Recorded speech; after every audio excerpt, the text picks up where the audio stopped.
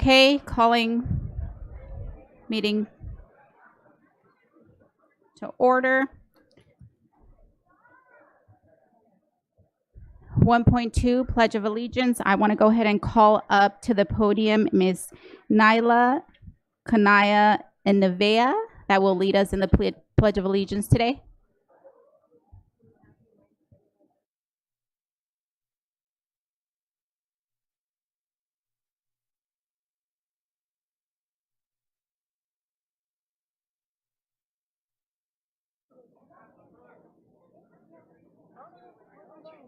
You speaking. You speak. No, you didn't. It's so cool. I'm not. No. Put your hands over your heart. Ready, begin. I pledge allegiance to the flag of United States of America and to the republic for which it stands, one nation, under God, indivisible, with liberty and justice for all.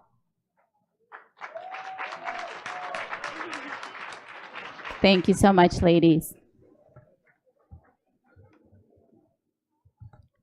All right, moving on to 1.3, approval of agenda.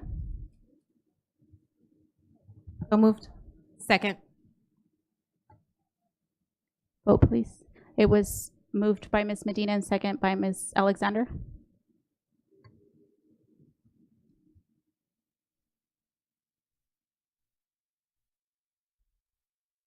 Aye.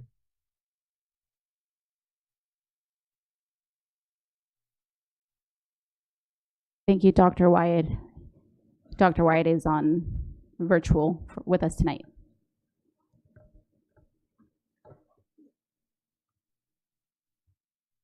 Mr. Santos?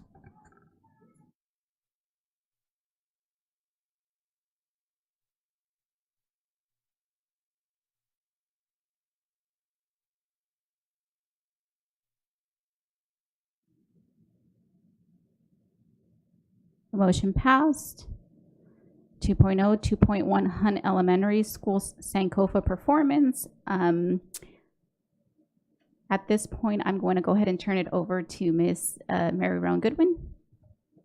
Good evening, and thank you, President Ceballos. My name again is Mary Roan Goodwin. I'm the Director of Communications and Community Relations. At this time, I'd like to invite our board and our executive cabinet members to proceed to the reserved section here in the front. Tonight, I am very proud and excited to be welcoming our Sankofa students from Hunt Elementary School. That's right, let's give them a hand of applause.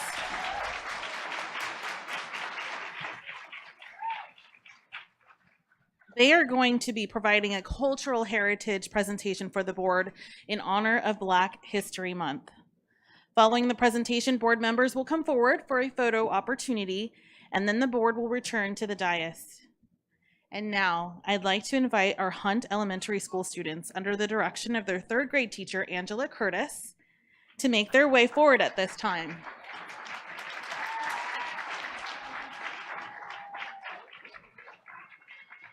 These students will be singing Lift Every Voice and Sing, better known as the Black National Anthem, written by James Weldon Johnson and composed by his brother, J. Rosamond Johnson, in 1900. This hymn is a symbol of strength, unity, and resilience for Black and African Americans. It became a powerful anthem during the Civil Rights Movement, and as we are about to see this evening, this inspiration continues for generations to come. At this time, I'd like to invite those of us in the audience to stand so that our scholars may begin.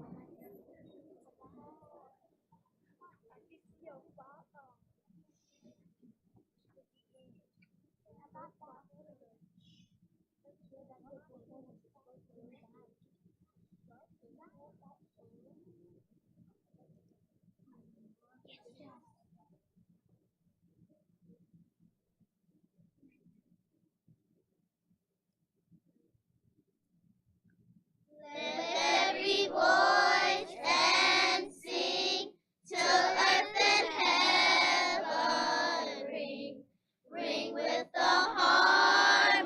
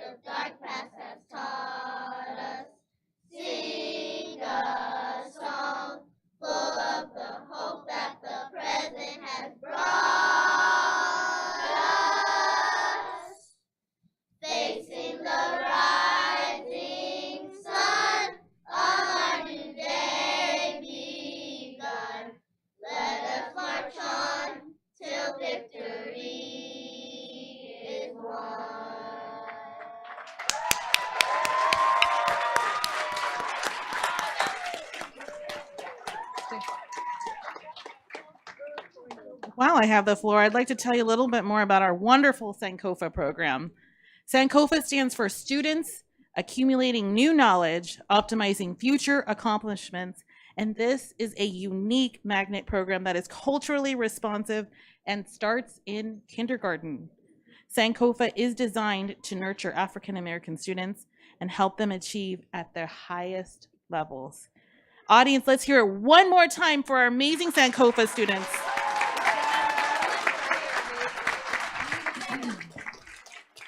At this time, I'd like to invite our board to take a photo with our students.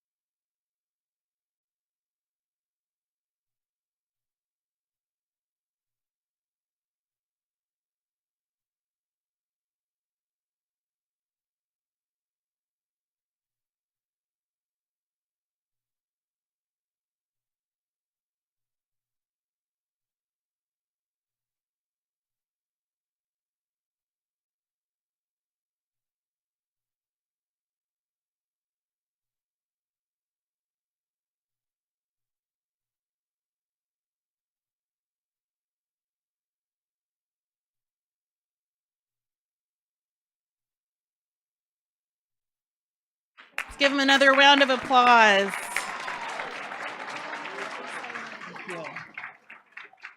This concludes our presentation for this evening.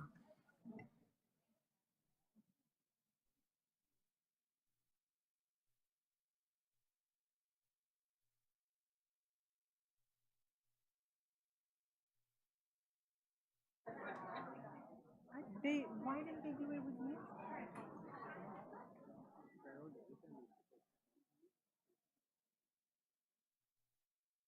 Way to pivot.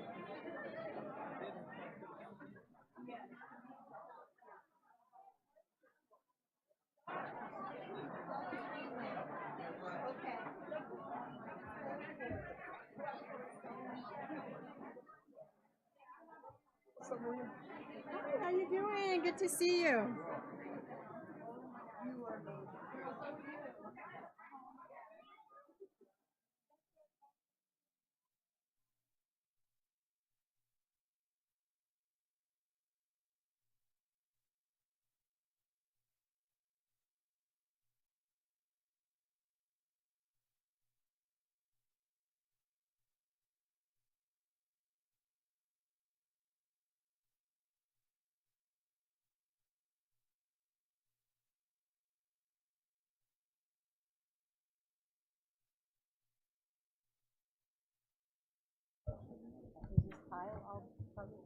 Yeah.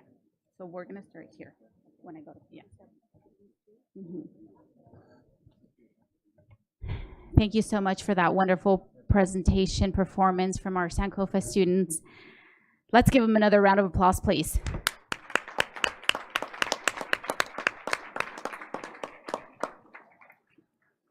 Awesome. So 2.2 resolution in remembrance of President's Day, and I'm going to go ahead and ask Ms.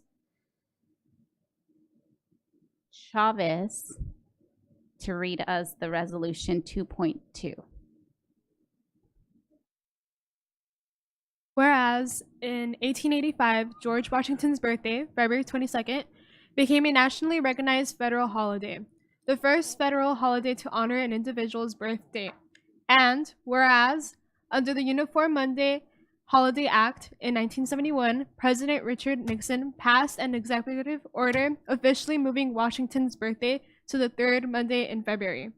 And whereas, although Washington's birthday is a federal holiday, each state is free to call it what they choose. And whereas, the holiday's position close to both George Washington's and Abraham Lincoln's birthday led some to call the holiday President's Day. Therefore, be it resolved, the Board of Education of the San Bernardino City Unified School District does join California and the nation in celebrating February 17, 2025 as President's Day, and encourages district teachers to provide instruction on the contributions of George Washington, Abraham Lincoln, and other notable presidents as part of the history of our nation. Can I get a motion, please? Move. Second. It's been moved by Ms. Alexander, second by Ms. Medina. Vote, please. Ms. Chavez? Aye. Mr. Avila? Aye. Dr. Wyatt? Aye.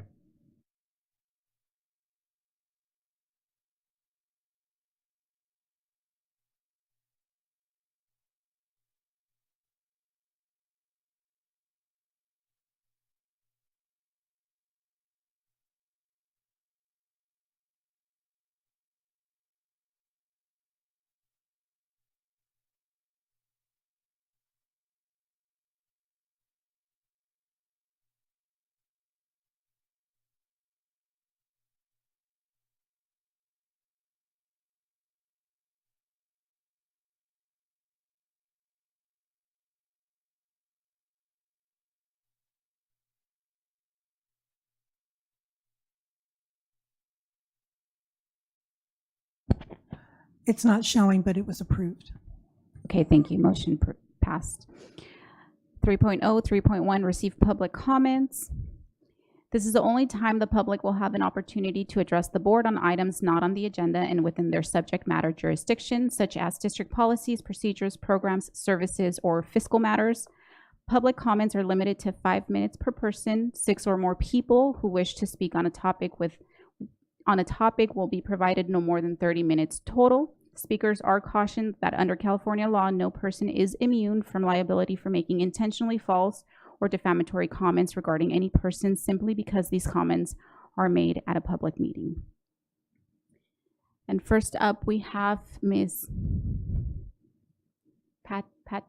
Miss Barbara Pastachek Cox. Thank you. Sorry.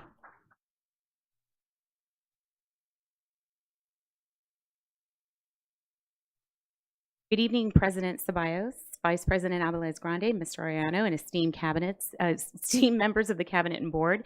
My name is Barbara Pastachek Cox, and I proudly serve as the Vice President for the San Bernardino Teachers Association. And tonight, I stand before you not only as an individual, but representing the 3,000 members of the San Bernardino Teachers Association who work tirelessly to shape the future of our students. This week, we celebrate and honor the invaluable work of our school counselors. These professionals do so much more than schedule classes. They are a guiding force in students' lives, helping them to navigate academic challenges, plan for their futures, and overcome personal obstacles. As former First Lady Michelle Obama once said, success isn't about how much money you make, it's the difference you make in people's lives. Our counselors embody this sentiment every day, and we are grateful for their unwavering commitment. We also recognize that February marks the start of Black History Month, a time for reflection, education, and celebration. This month provides a powerful opportunity to engage in honest conversations with our students about the past and how it shapes our collective future. Black history is American history, and it is our responsibility as educators to ensure that all students see themselves reflected in the curriculum, in their classrooms, and in the broader narrative of our nation. Finally, we want to express our sincerest appreciation to the board for your role in approving our successful negotiations with the district. Strong partnerships lead to positive outcomes, and this agreement reflects our shared commitment to supporting educators and ultimately our students. Thank you for your time, your leadership, and your continued support to our schools. Good night. Thank you so much. Next up, we have Mr. Jeff Scott.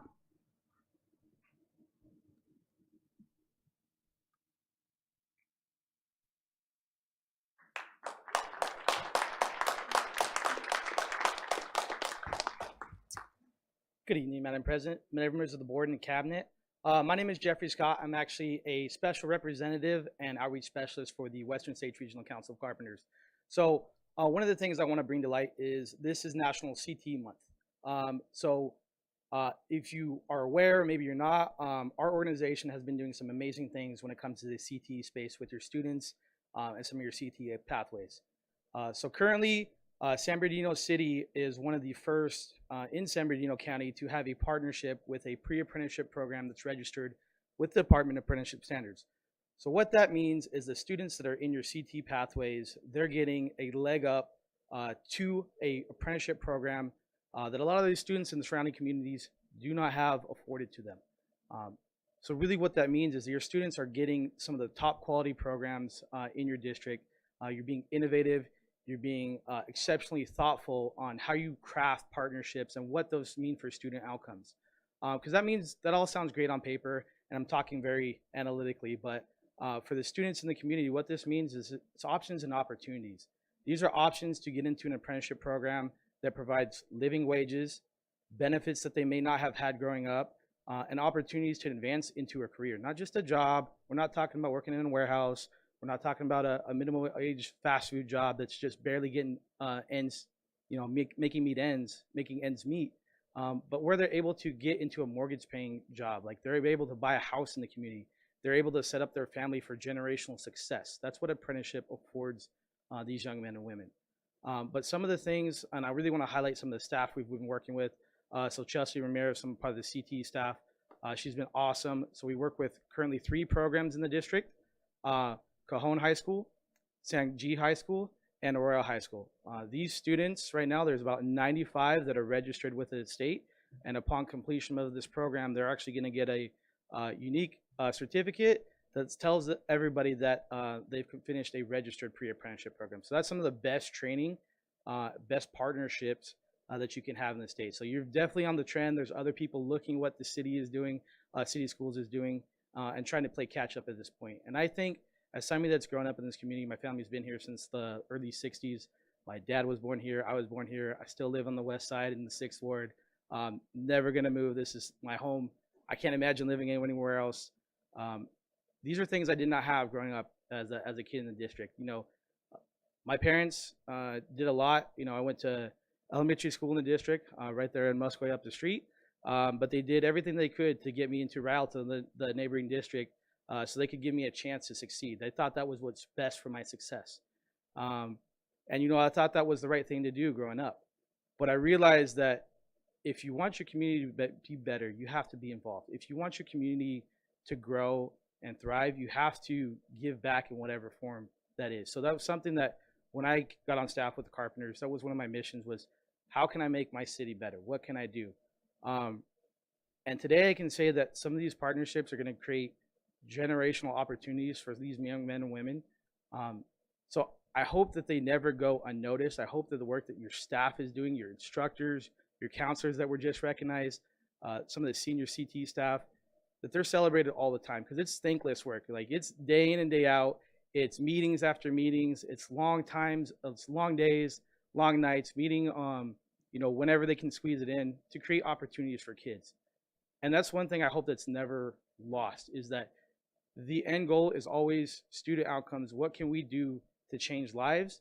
What kind of partnerships that you bring in affect those students' lives? And that's something that I truly think with this partnership through the registered pre-apprenticeship portion of it, that we're going to be able to do for a long time.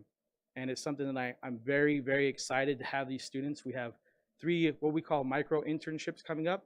These students are going to come to our training center, do some hands-on activities. They're going to learn all the ins and outs of what it takes to become an apprenticeship, what kind of barriers that there are. And we get to have those truthful conversations of like, hey, what do you need to prepare yourself for this opportunity if this is what you want?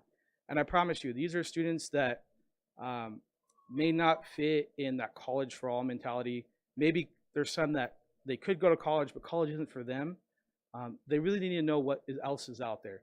And I hope this is something that we can come back year in, year out, and have some of your students come and speak on this podium and say, you know what, the Carpenters changed my life. Thank you for changing my life. Thank you, board, because that's what it's all about. So I just want to take a moment and highlight the National CT Month and some of the great work your staff is doing. So thank you very much. Thank you. Next up, we have Lamar Hinger.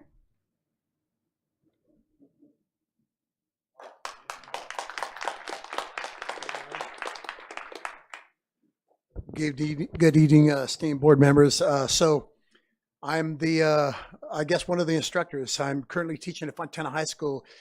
After retirement, 38 years of being a carpenter, union carpenter, it's been good for me and my wife, my daughter. It's given us great medical, dental, vision, great benefits, right? And so my wife talked me into giving back to the next generation. She goes, you're young. You retired at 51 years old. What are you doing? You can give back to the next generation. So I ended down at Fontana High School. The result is amazing. Currently, right now, there's 14 students that are now union carpenters.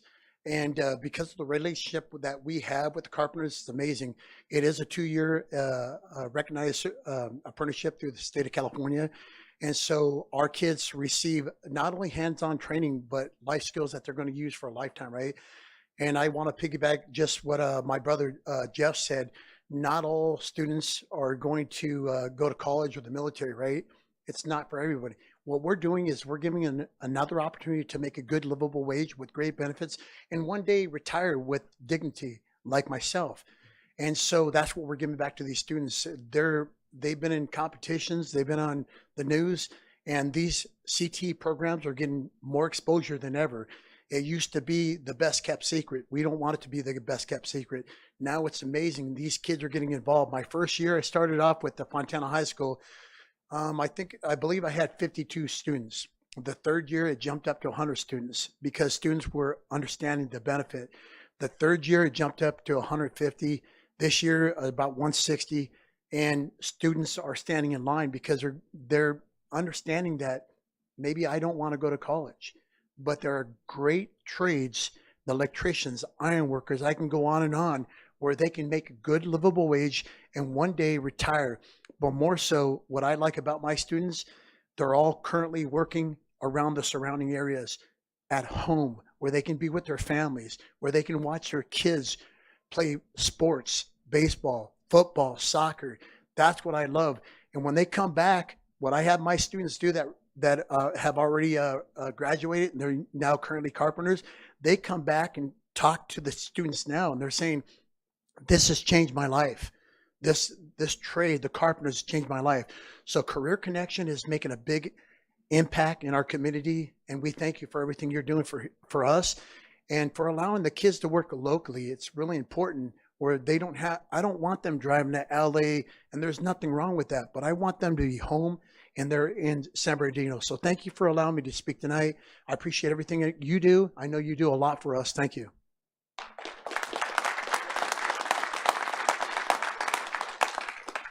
Thank you so much.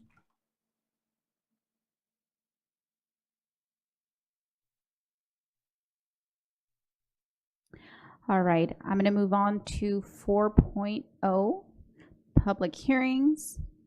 4.1, public hearing regarding the charter renewal petition for Woodward Leadership Academy. I will now open the public hearing.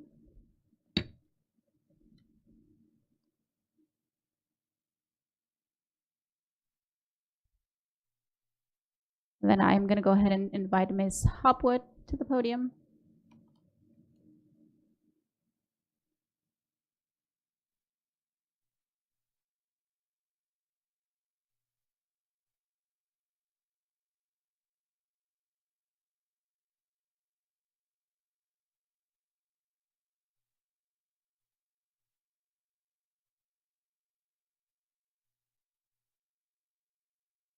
Okay, at this time, I apologize. I will go ahead and ask the petitioner to come up to the podium.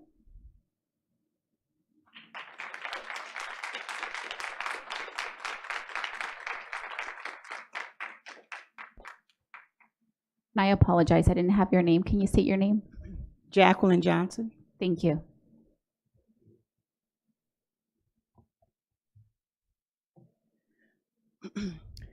Good evening, President Ceballos, board members, and Superintendent Ariano. My name is Jacqueline Johnson, the Executive Director of Woodward Leadership Academy. Tonight, I come before you requesting renewal at the conclusion of our current charter term, which ends June 30th, 2025.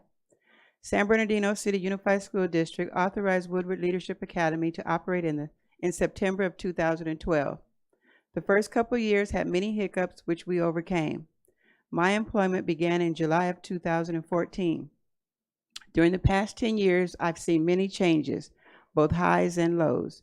What has remained the same is our determination to make our school a success. As with many schools, we continue to work diligently to support our students in this post-COVID era. We have a back office provider that helps to ensure that we are fiscally solvent and that we focus our spending. The focus on our spending is what is best for the students. We have employees who are committed to the work of educating students who come from various backgrounds. We also have a strong leadership team in place which supports the day-to-day operations of our school. Some of the ways we support our 78 students include daily transportation for students who do not have transportation and do not live within the walking distance of our campus. We have an amazing group of teachers who work tirelessly to provide rigorous lessons and educational experiences for our students. To support our students beyond the classroom, we have a director of student success and a discipline coordinator who work hand in hand and provide a strong male presence, not only for our male students, but for all students. We have a literacy specialist who pulls out students that have been identified as needing additional academic support. One student who she has worked with has shown growth in iReady by 2 grade levels and 85 points this year alone. We also have a full-time counselor who provides SEL lessons, offers supports for all grade levels, requesting her assistance, and hosts monthly Coffee with the Counselor meetings, which always brings a full house from parents, students, and stakeholders. WLA partners with the SOAR Club at WLA for our after-school needs. This program is offered to students daily until 5:30. They offer supper, snacks, a homework block, outdoor activities, and preferred activity classes. The SOAR Club also provides 30 additional days of enrichment during the summer, winter, and spring break. We also have dedicated members of the office staff who work to ensure day-to-day operations of the school community. All these are key factors to our success, and they play a vital role in our improvement plan. Although CDE reports outline that our 23-24 ELA and math scores are in the red, if you compare them to our 22-23 test scores, you will notice that the scores drop by 3 and 10 points respectively. This puts us in the red, but not in a position of hopelessness. At WLA, the students use iReady to improve their skills. This year, we began using the NWEA MAP growth program. You have already received the results from the winter benchmark. Based upon these results and continued effort of both students and staff, we expect to see academic growth on the upcoming CAS this spring. Parents are extremely pleased and continually express the excitement their students have when they come home and speak of their day at school. Staff is vested in the success of Woodward. Our suspension rate has been on the decline since 2023. Our absenteeism is also on the decline. We have monthly award ceremonies and offer educational field trips when we can. In conclusion, I am confident that the work we are doing to support our students, we are confident in the work that we are doing to support our students. I know that as we continue to do the work as outlined in our improvement plan, the positive results will show forth. Thank you for your time and consideration. I have a brief slideshow which just highlights a couple of the things that we've done at Woodward over the years. I don't know who has it.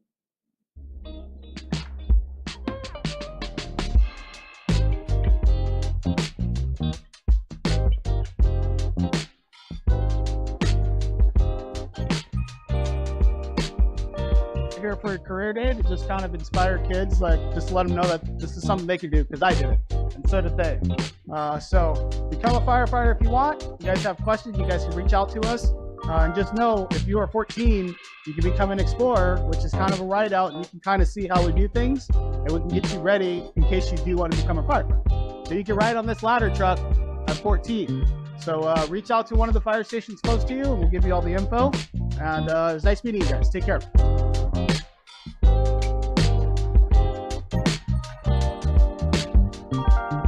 we're here to take home performance at Career Day here, showing the kids a little bit of inspiration from the automotive side. So we brought the Toyota Celica 1UZ swap, give them a little bit of inspiration when they get a little bit older if they want to build something cool to get to the automotive experience. Happy to have us here. Hope to see you guys soon, baby.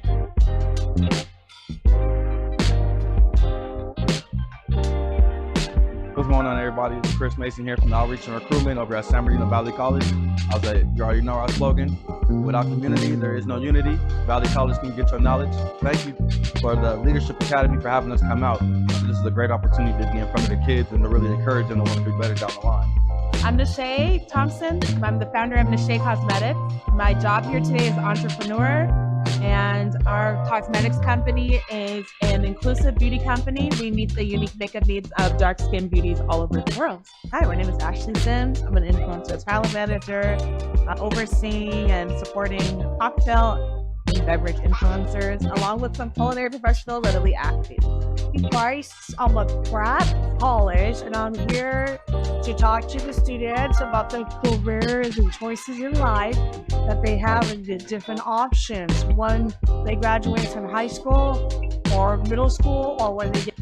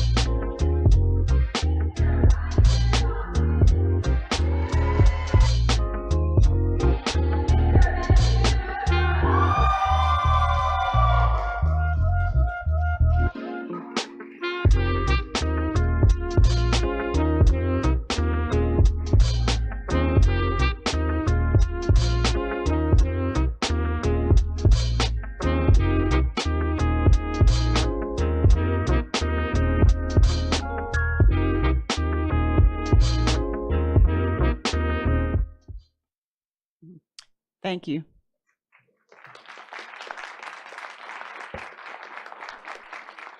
Thank you so much. And before I move forward, I did want to ask Ms. Hopwood if she wanted to make any comments.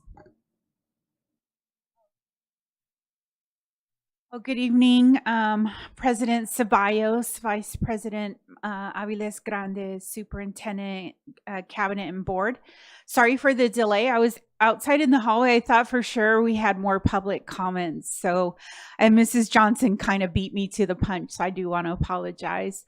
Woodward is here tonight. They are the third of the 3 charters that are renewing this year. They are already in place. They've been here for quite some time. They had their public hearing, and I believe they do have some public comments, so I'm going to let them get to that. But before I do, we do have a process when we renew charters, as I've explained before. So we've received their petition. We're taking a look at the data. We do pull a team together from all the different departments to look at financing, at the facilities, at the data, at the instructional program, and so on. So none of that has changed. We will have for you staff findings 15 days before the vote, which is April 1st. That's when we'll bring it back for a final vote on April 1st. This one, however, there's a little nuance to it in that, as Mrs. Johnson spoke to, they were identified as a low-performing charter, and our most recent legislation speaks a little bit to low-performing charters and what your options are. So I'm going to introduce Suki Alawala from AALRR so she can speak a little to the legalities. Thank you. Good evening, excuse me, board members and superintendent. As Ms. Hopwood indicated, this charter school has been identified by the California Department of Education as a low-performing charter school. What that means is that unlike the other two charter petitions that you've been reviewing, Entrepreneur and PSA, this one is actually, the default position is denial of the charter petition. And in order for the board to make a determination that the charter should be renewed, we have to be certain that the performance improvement plan that they've submitted will actually result in academic achievement for the students that are there. They have a very small population of students. As you heard, it's only 78 students, spanning quite a gap of K to 6. But as I said, the default position for this particular charter is denial. Their charter ends June 30th, 2025. The district staff and our office are in the process of reviewing the entire charter petition, all appendices, but in particular, the improvement plan. And we will make our recommendation to you by no later than 15 days prior to April 1st. And of course, I have available for any questions that the board may have. Thank you. We don't. Thank you. And I heard that there are public comments, so I will at this time go ahead and call forward those that are wanting to make public comment to come up all together when there are more than 6 speakers. Oh yeah, for the charter school, I'm sorry. So at this point, I will call the charter school public comments that we have here to come forward. We do have a combined of 30 minutes for more than 6 speakers. So the clock will start and you can rotate as you wish. And at the conclusion of the 30 minutes is when the public comment will end on that topic.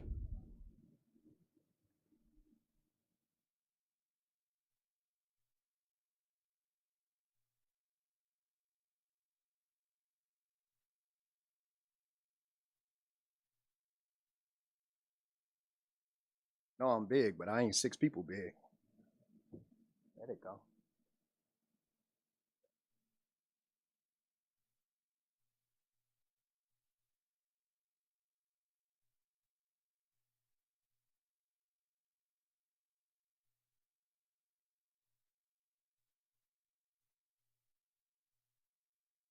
Good evening, board. Good evening, San Bernardino County Unified School District. My name is Captain Matthew Hudson. I am the disciplinary coordinator for Woodward Leadership. I have a 14-year career in fire, which I serve on San Bernardino National Forest. I was hired here about a year ago to implement different discipline strategies throughout our school and to make a safe haven for our students to be academically sound. What we've been doing, we've had our disciplinary drop tremendously. Currently, within our school, we had 0 physical altercations. We've been seeing our test scores tremendously go up due to a program that we adopted, NWEA, which is the Northwest Evaluation Association, which gives our students a pre-look on how to take test electronically. And also, we've been working hand in hand with our literacy specialists on how to get them academically in class as well. Through us giving our students open communication, empowering them through our wisdom, experience, and our professionalism, we've seen our attendance go up. We've seen students motivated to come to school now. The participation rate has also been going up. And we want to thank the San Bernardino Unified School District for allowing us to be able to administer and be visual leaders to our students. Thank you guys, and that will conclude my speech. Thank you. Thank you.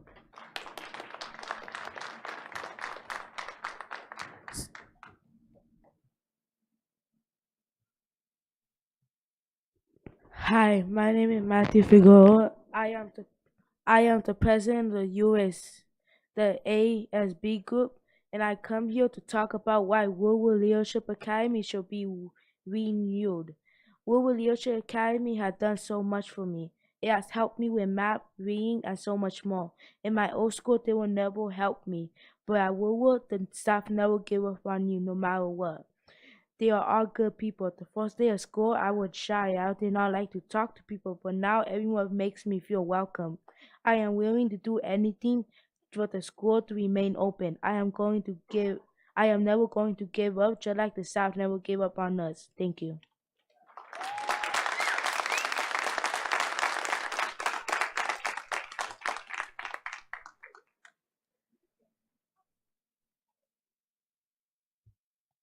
Hi, my name is Cielo Sendejas, and I am Vice President of our ASB group. I am here to talk about why our charter school, Woodward Leadership Academy, should get renewed. I believe our school stays open because it is a safe and supportive place where students can learn and grow. Without school, we would miss out on important lessons. Keeping the school open ensures that we can continue to build a strong, positive community and keep moving forward with our education and as a school family. Thank you for hearing me out.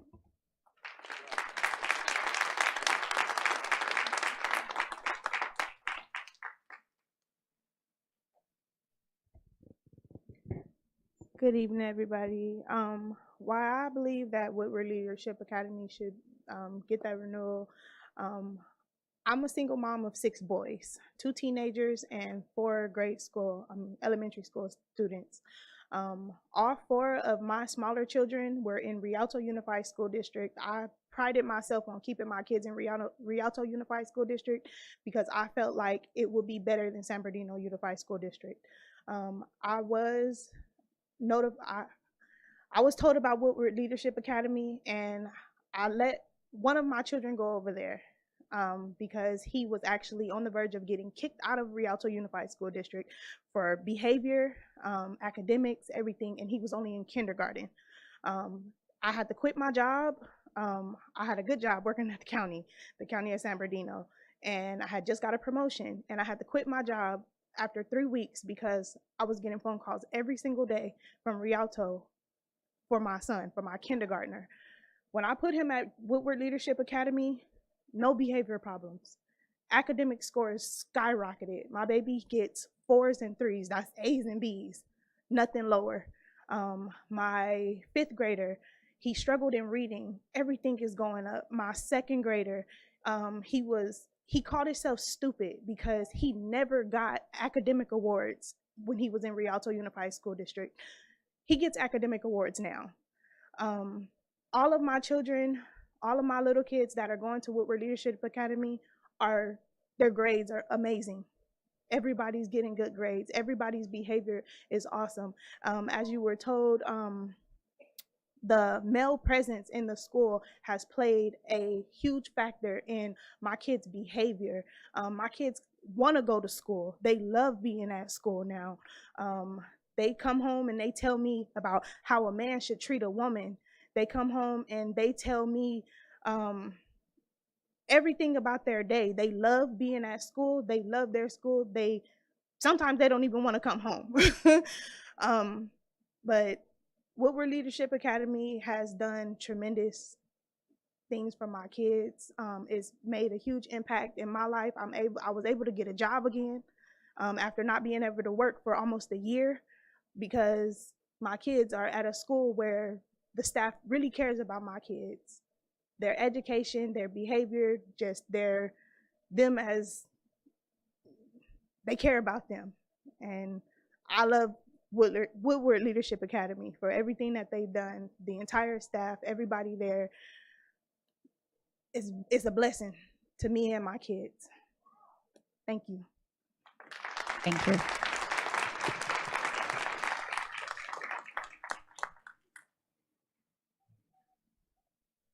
Good evening, board. My name is Keith Dubois. I am writing this to strongly express the renewal of Woodward Leadership Academy. Woodward Leadership Academy is a great school for all students, providing neutral students environment while they can thrive academically and personality. As a parent, I have firsthand witnessed the positive impact the school has made on my son's education. He is doing so much better in Woodward. As a matter of fact, he is almost a straight A student, something that was not achievable in the traditional public school. The discipline and flexibility of the teachers at Woodward remarkably help all the teachers help the students one-on-one. They always have time to help every single student according to their needs. They thrive in leadership. They teach their kids how to become better role models, not just in school, but outside of school. Like the last lady said, my son is coming home saying, oh, they're teaching us how to be gentlemen and ladies, how to treat a lady, how to open the doors, how to, they're teaching them how to do a tie, how to dress, how to properly speak to somebody. So they're teaching them all this, and something that my son wasn't doing in a public school. They're giving them the time and the ability to become somebody better for themselves and also for the community. And they're thriving and they want more. And I never seen that from my son. My son was not doing very well in elementary. He didn't want to go to school. He doesn't even want to miss a day of school. Now he gets awards for showing up every day. They always tell me, your son is doing so great. Your son this, and I'm proud of it. I'm proud of him, and I'm proud of what the school is doing. So this is why I think you guys should keep Woodward Charter going. Thank you. Thank you.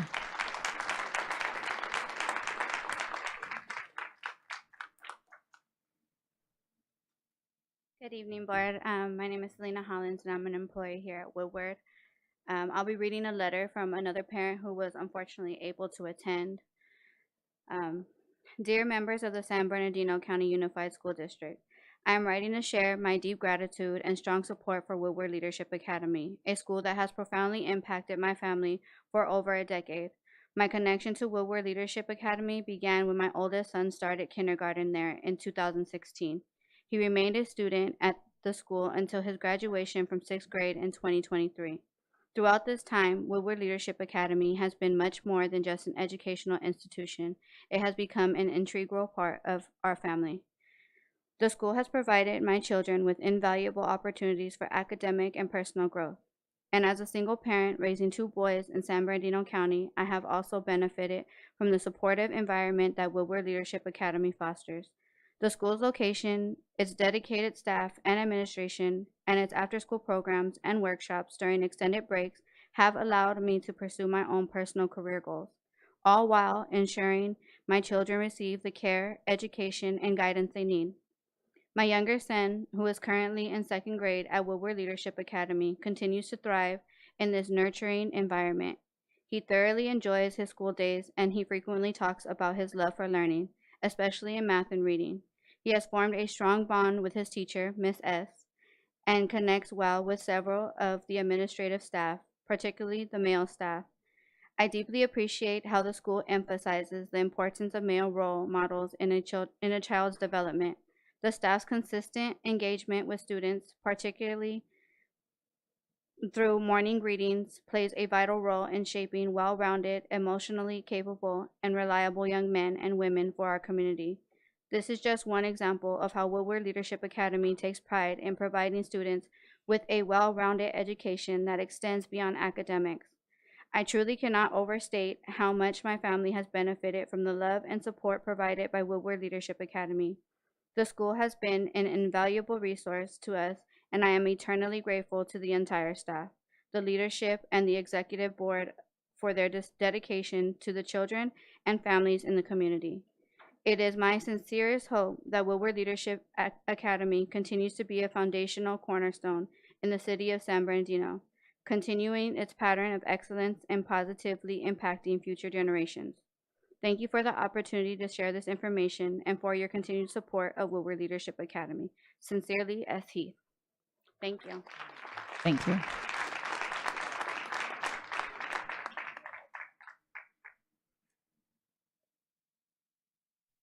Hi, my name is Tiffany Bodie.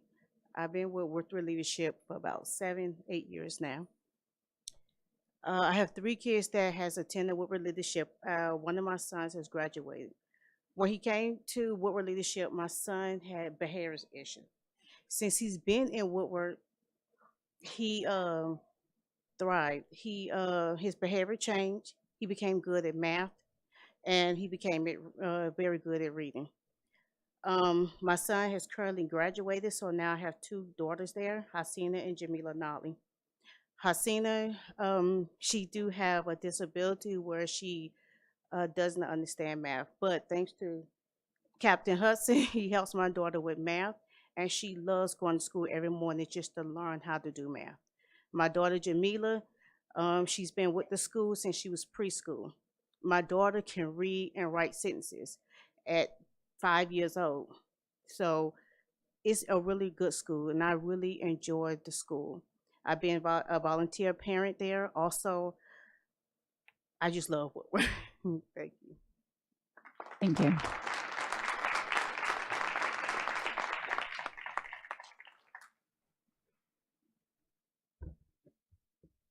Good evening, members, board members, and staff of San Bernardino City USD. My name is Zach Wolf, and I'm here in support of the renewal of Woodward Leadership Academy. I've worked in charter schools, education and finance for the last 11 years, 7 of which have been supporting charter schools here in San Bernardino City Unified. One of those schools is Woodward Leadership Academy, which I had the privilege of meeting 4 years ago during the height of the pandemic. In the 4 years since meeting their team, I have seen Woodward find financial and operational success, even whilst battling facility issues that forced the school to move sites twice. The financial success Woodward has seen over the last 4 years is not all that I have seen improve and strengthen. I've witnessed their board members and staff go above and beyond and donate their spare time to ensure the educational success of all Woodward students and its community at large. As Woodward's back office provider, I am not always on campus, but each and every time I show up to campus, I am greeted by staff and students by name. It always astonishes me to see 7, 8, and 9-year-olds remember my name, ask me how I am doing, and be genuinely inquisitive to what I do for their school. They were always so eager to share with me what they were working on and what role some of them served on for the school's ASB.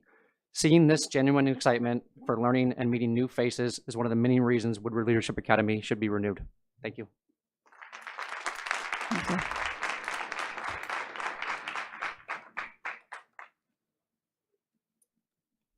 Good evening. My name is Alyssa Sanjanito, best known as Miss S. I'm the 1st and 2nd grade teacher at Woodward Leadership Academy, and I've had the privilege of teaching at Woodward Leadership Academy for the past 3 years. I started here as a long-term substitute teacher, and since I've completed my credential and have made this school my home. I'm deeply invested in the mission of this school, not just as a teacher, but as part of a larger community that truly supports the needs of our students. The relationship we build with our students goes beyond academics. For some, coming to school is more than learning. It's about finding a sense of family, consistency, and love. It's a place where they can feel safe and supported, and for many of our students, that is life-changing. What makes WLA so special is the small, individualized environment we provide. In a larger public school, it can be difficult to meet the unique needs of every student, but at WLA, we have the ability to focus on the whole child. Our smaller class sizes allow us to build meaningful relationships with each student and their family. This allows us to truly address the academic and emotional needs that our students bring with them every day. I choose to stay at WLA because I know that I serve a greater purpose here than simply holding the title of teacher. The work we do, the connections we make, and the lives we touch go far beyond the classroom. These students have given me more than I could ever have expected, and it's a privilege to be a part of their journey. I would choose WLA over and over again because it's a school that values the individual, nurtures each student's growth, and truly makes a difference. Thank you for allowing me to share my thoughts. As we discuss our charter renewal, I ask you to consider the invaluable impact that this school has not only for our students, but also on our broader community. I am proud to be a part of WLA, and I hope we can continue to provide these opportunities for years to come. Thank you. Thank you.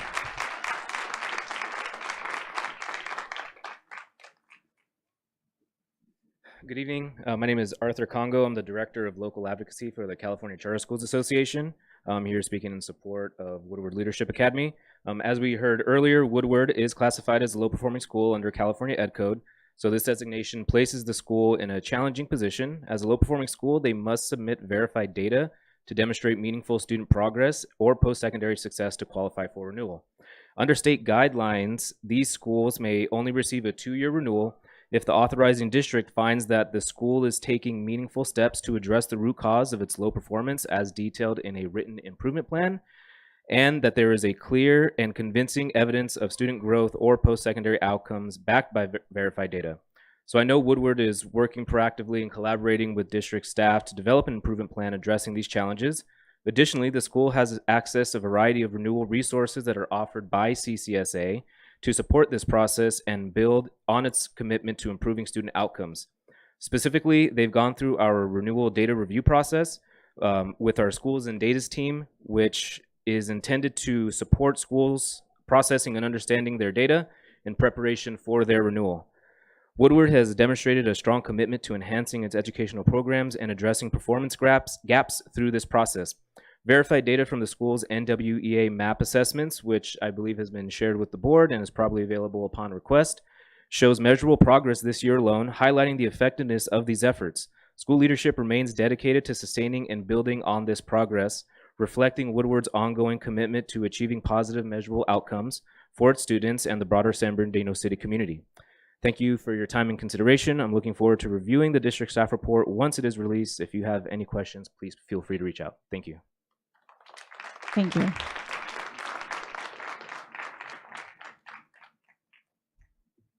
Peace and love to you, esteemed board.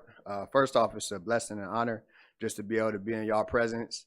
You see the community that showed up and showed out for Woodward Leadership Academy, and so I just thought I wanted to come in here and speak with y'all, not only as a past contractor with Woodward Leadership Academy, but from the lived experience of growing up on the west side of San Bernardino.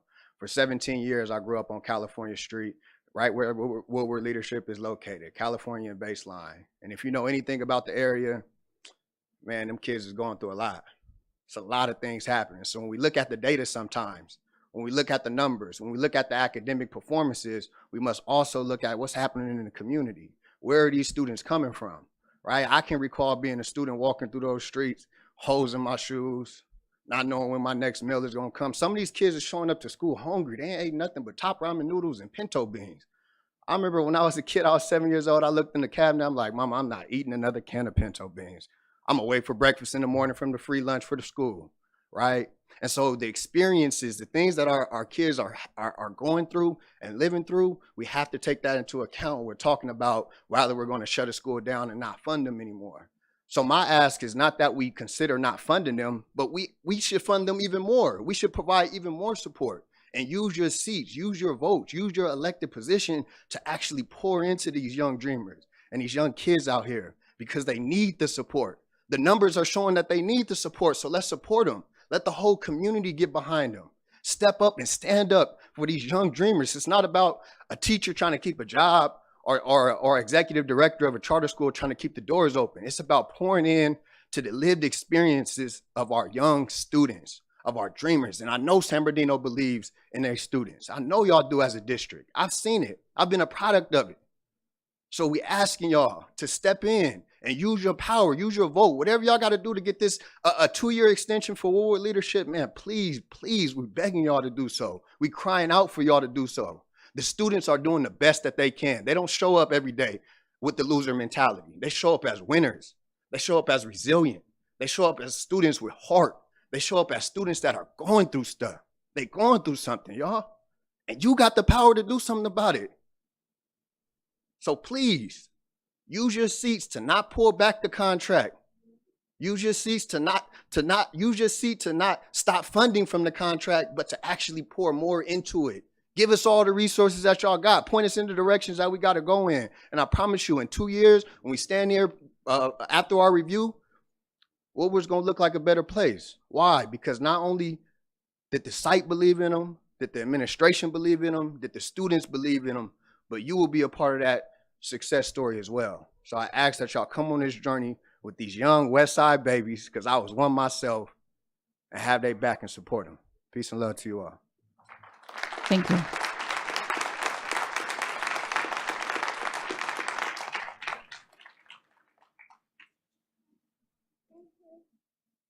Hi, good afternoon. My name is Andrea Constantino, and my daughter is currently attending Woodward Leadership Academy. She is a TK student at the location, and I struggle to find a location for her here in the city of San Bernardino. If you call Preschool Central or any other location or even the school district, they only give you 3 options to enroll your child for TK, and Woodward Leadership was not recommended to me by the school district. It was recommended to me by another parent, as well as my child was just recently diagnosed with level 1 autism, and Woodward Leadership has given her the opportunity to grow there. She literally just started talking more. She's been given the support and the opportunity to grow. She was enrolled into another school, and they only gave her 9 days to adjust. So when we did enroll her into Woodward Leadership Academy, I did discuss this information with them, and they did allow me to, they gave me the reassurance that they were going to work with her, and they did tell me that she wasn't going anywhere. But it is the opportunity that, I'm sorry, it is, I as well, just need the support. I'm a solo parent. The after school program is allowing me to finish my degree in nursing, as well as, just having the support with her and her academics, because she's thriving there. She loves her friends, her teachers, and as well as just the administration staff. She's definitely getting the support that she needs. So I just want you guys to go ahead and take that in consideration, that this is just her first year and she is thriving there. So thank you so much for allowing me to speak, and I hope you guys have a great night. Thank you.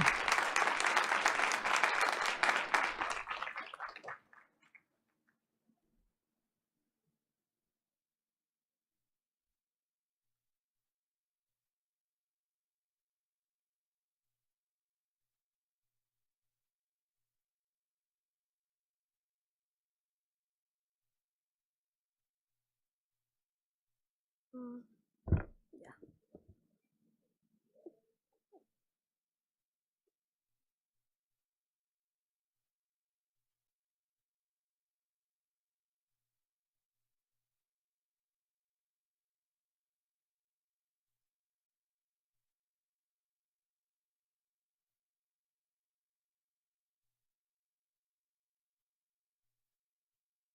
Please stand.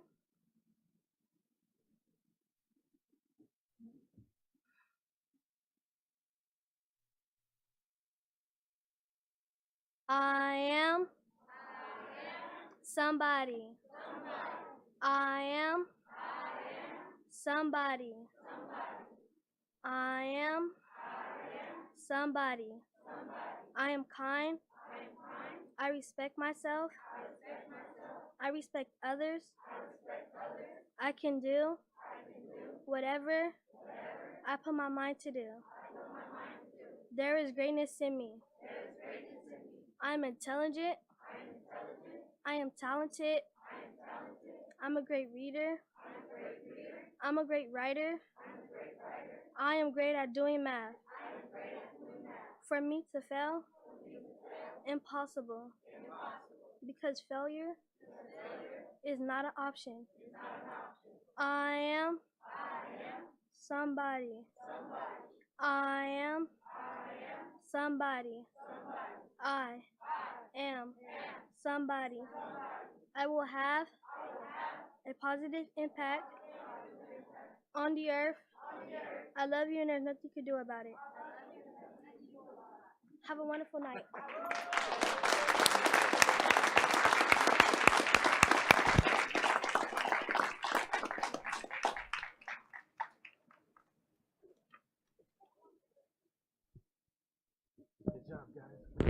Thank you. That's an affirmation that the students recite every morning before they head to class. So thank you.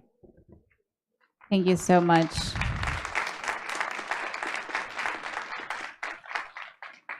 Thank you so much for that and for the wonderful presentation at the end. So at this time,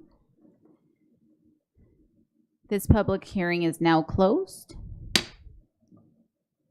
The board will not vote at this time.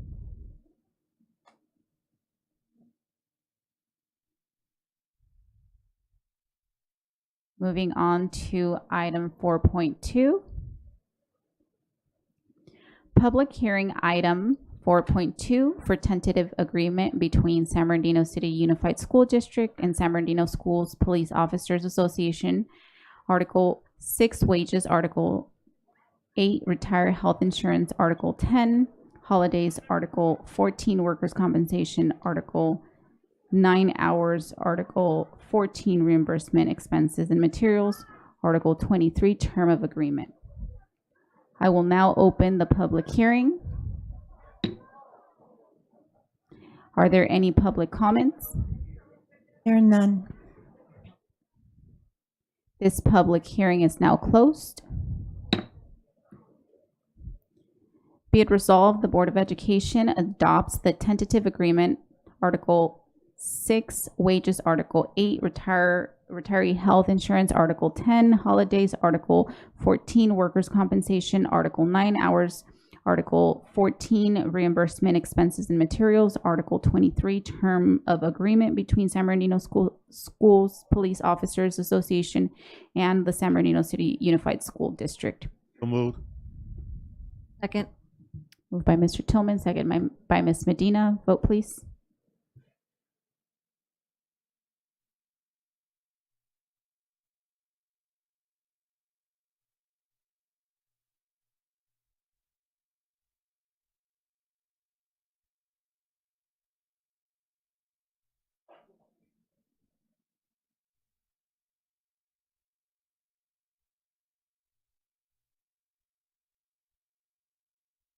Dr. Wyatt.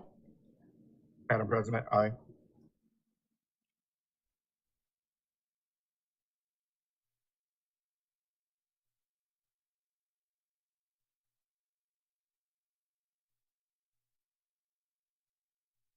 Motion passed. Item 4.3. Public hearing for memorandum of understanding between San Bernardino City Unified School District and San Bernardino Teachers Association. Article 11, wages, salary increase. I will now open the public hearing. Are there any public comments? No. Right. This public hearing is now closed. Be it resolved, the Board of Education adopts the Memorandum of Understanding between San Bernardino City Unified School District and the San Bernardino Teachers Association. Article 11, wages, approval of a 2.0% salary increase effective July 1st, 2024 on annual base salary for fiscal year 24-25. Moved. Second. Moved by Mr. Tillman, second by Ms. Medina. Vote, please. Dr. Wyatt. Aye.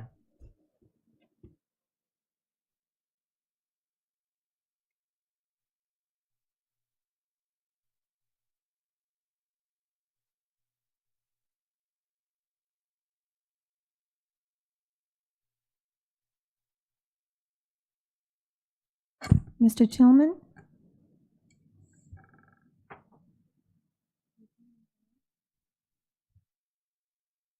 Motion passed. 5.0, closed session. 5.1, closed session comments. Do we have any closed session comments? There are none. 5.2, closed session agenda. We will move to closed session.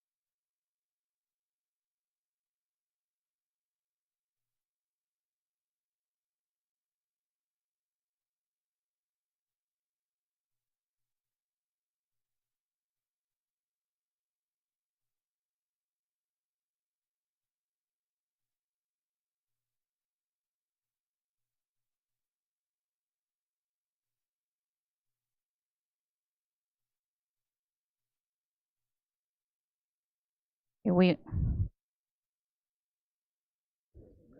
all right. We are coming back now from closed session, and we will be moving toward 5.2 closed session agenda.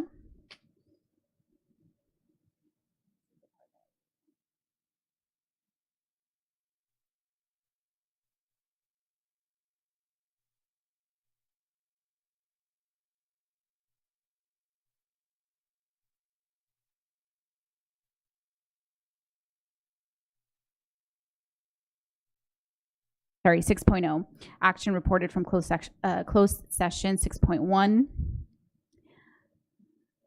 Claim number 615064. Be it resolved, the Board of Education approves settlement authorization claim number 615064 in the amount of $80,000. Can I get a motion? So moved. Second. Moved by Mr. Tillman, second by Ms. Medina. Vote. Aye. Thank you.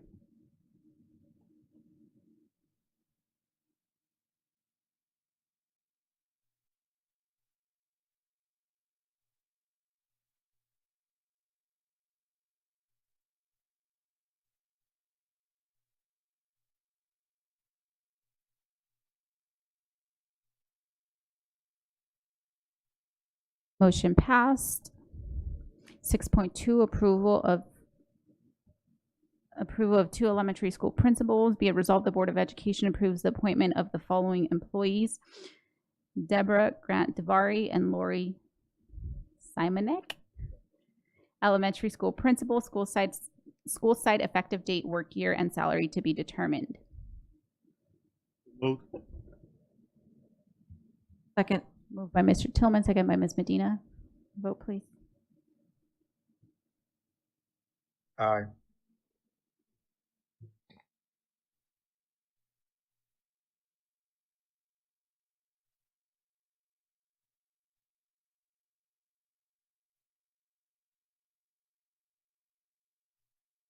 Mr. Santos?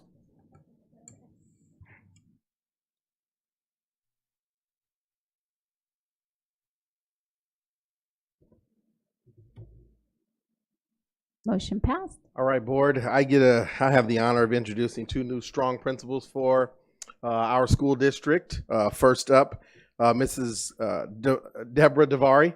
I've known Mrs. Davari for quite some time. She's been in the district over 28 years as a fabulous educator, working alongside some of our most excellent scholars and families as a teacher, resource teacher, program facilitator, admin designee, and currently at Marshall Elementary School. And we are excited about her leadership, and we're excited about having her continue her work in the district. I introduce to you at this time, Mrs. Davari.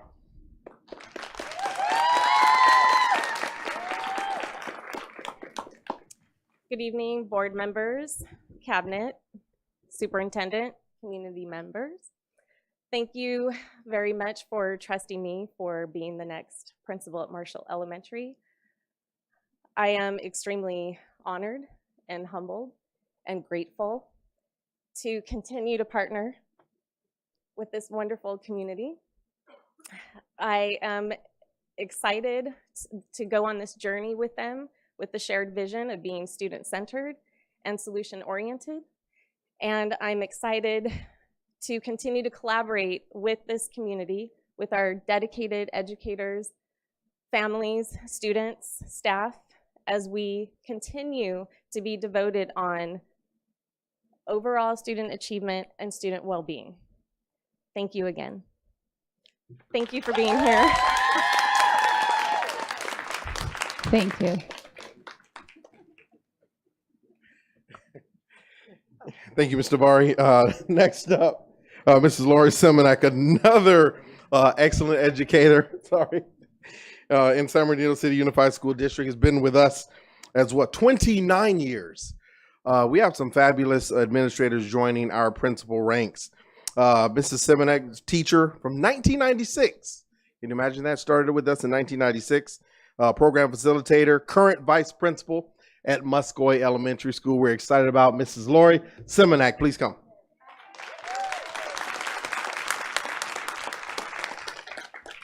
All right. Good evening, board members and cabinet members. I am so honored and blessed to be with you guys here tonight.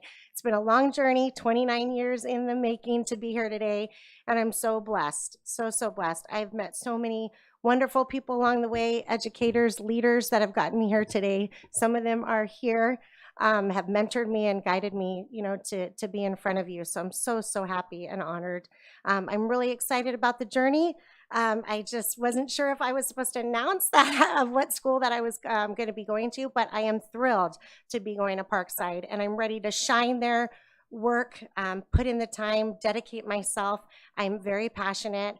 I build relationships quickly. I just am absolutely thrilled to go to Parkside and be their leader and make them shine and have them reach their goals and show all of you my full potential. I'm just, like I said, I'm blessed. Some of my family's here tonight. I'm so thankful to have spent the last 29 years here in this district, and I plan to spend the next however long you'll have me. So thank you so very much. I appreciate you.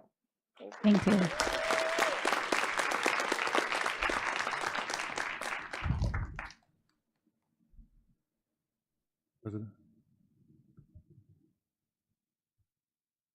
Mr. Tillman. Congratulations to both of you. Welcome aboard. Ms. DeVar, did you used to work for the county? And did your first job at Thompson? So you knew Tom O'Donnell, and okay, I helped you get your first job at Thompson, or introduced you to the right people, right? 30 years ago, right? Congratulations. Thank you so much. And again, congratulations. Moving on to 6.3, approval of elementary vice principals. Be it resolved, the Board of Education approves the appointment of the following employees: Katie O'Mara and Denise Pereira, elementary school vice principal, school site, effective date, work year, and salary to be determined. Can I get a motion? So moved. Second. Moved by Mr. Tillman, second by Ms. Medina. Vote, please. Dr. Wyatt? Aye.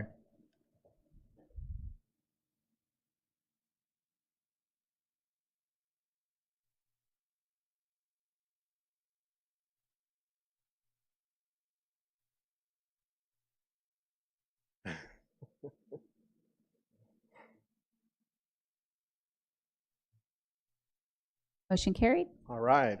Another long-standing SBC USD employee, moving from bilingual program facilitator at Salinas Elementary School to vice principal at Wilson Elementary School, Mrs. Denise Pereira. Like that? Mrs. Denise Pereira. Been with the district since 2008. Fabulous educator, loves the community, and ready to serve.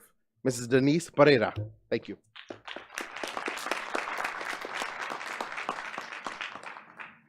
Good evening, board members and cabinet. I am very excited to be here today and accept this position. I am grateful and I thank all of you for this opportunity. I will not disappoint. I am going to be the vice principal at Wilson Elementary, and I know that I can make sure that work closely with the community, with the students and the staff, and I'm very excited to join Mr. Madrigal in this journey. Thank you. Thank you.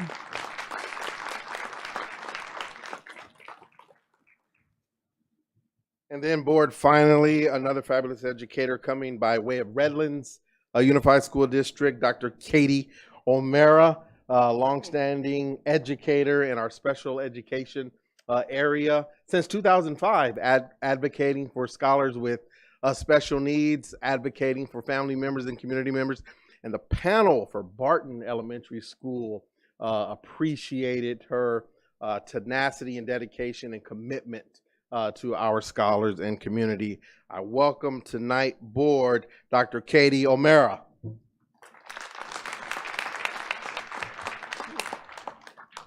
Good evening, Board and Cabinet. I just wanted to say thank you. As an educator that's actually spanned the globe and the country as a military spouse, I'm very happy to have landed in San Bernardino City Unified. I look forward to working for the Barton Bulldogs and growing alongside their educators, supporting inclusive and thriving elementary school. I very much just look forward to part of the process and growing and learning along with everybody and growing student achievement. Thank you. Thank you. Thank you so very much and welcome. Welcome aboard. 6.4, expulsion of students.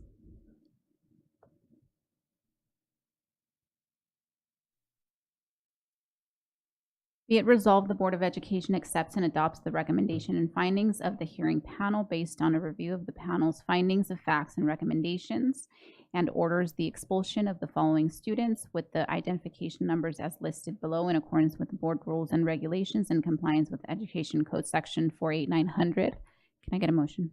Moved. Second. Motion by Mr. Tillman, second by Ms. Alexander. Vote please. Dr. Wyatt? Aye.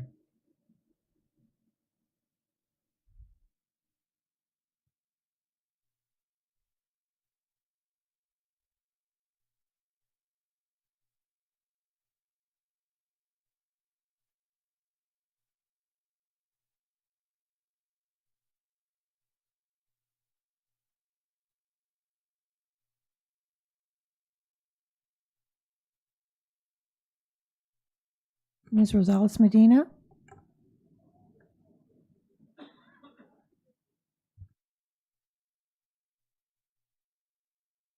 Motion carries. 6.5, lift readmit of expulsions of students. Be it resolved, the Board of Education authorizes the readmission of the following students with the identification numbers as indicated below to schools of the San Bernardino City Unified School District in accordance with the board rules and regulations and in compliance with Education Code Section 48900. Motion? Moved. Second. Motion by Mr. Tillman, second by Ms. Medina. Vote please. Aye. Thank you.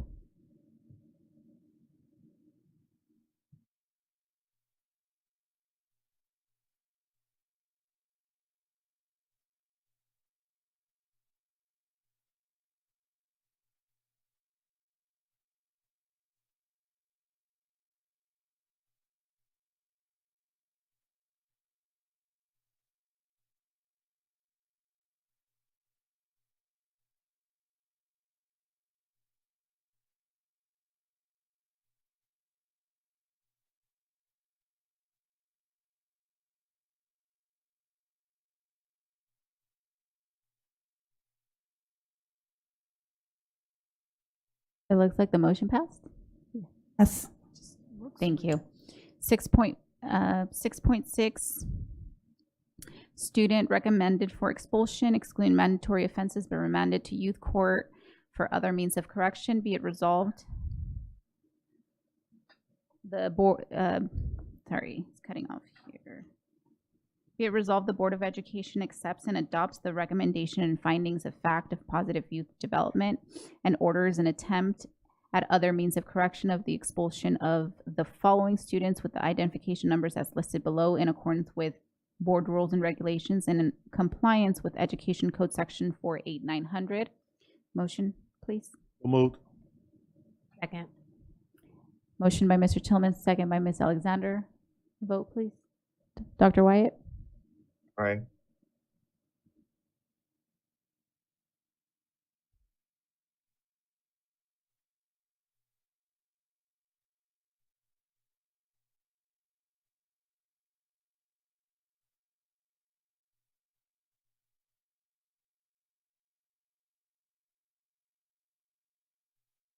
Motion carries. 6.7, other closed session action. There is no other closed section action at this time.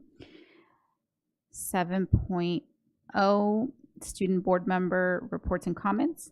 And I will go ahead and start with Mr. Avila.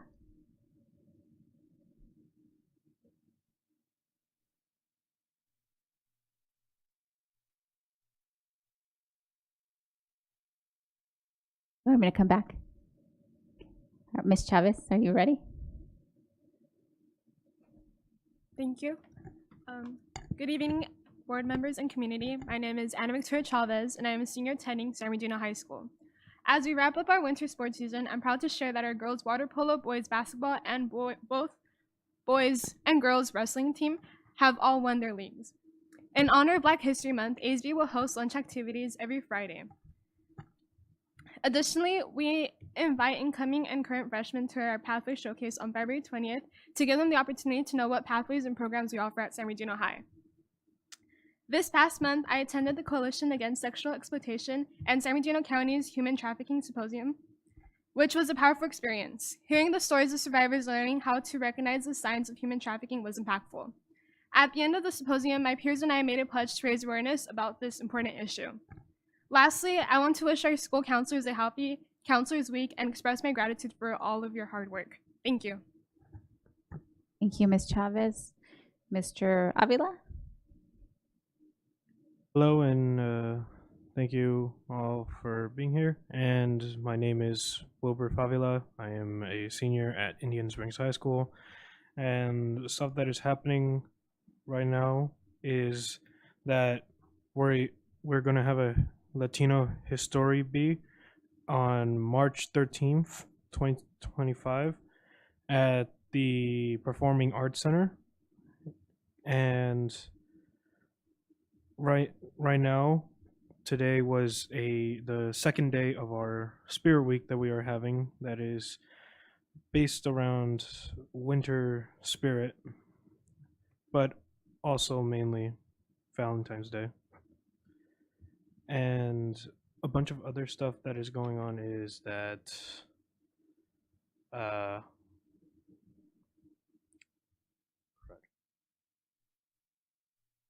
don't have anything else for that, but stuff that I'm currently working on, it is work in progress for me right now. It is a little safe haven for students to be able to communicate with other students to, I don't know, talk about problems and situations that are happening, either in campus or outside of it, whichever they please. I haven't started it yet because I kind of need some support on it, which I'm getting from the helpful people at IXL.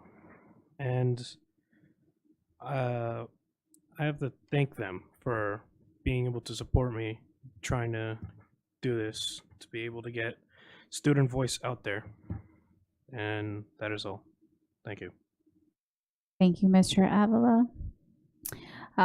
Next up would be 8.0. However, there has been a recommendation to move 9.6 up. Do I have consensus from the board to move it up? Alrighty, so approval of the proposed community workforce agreement.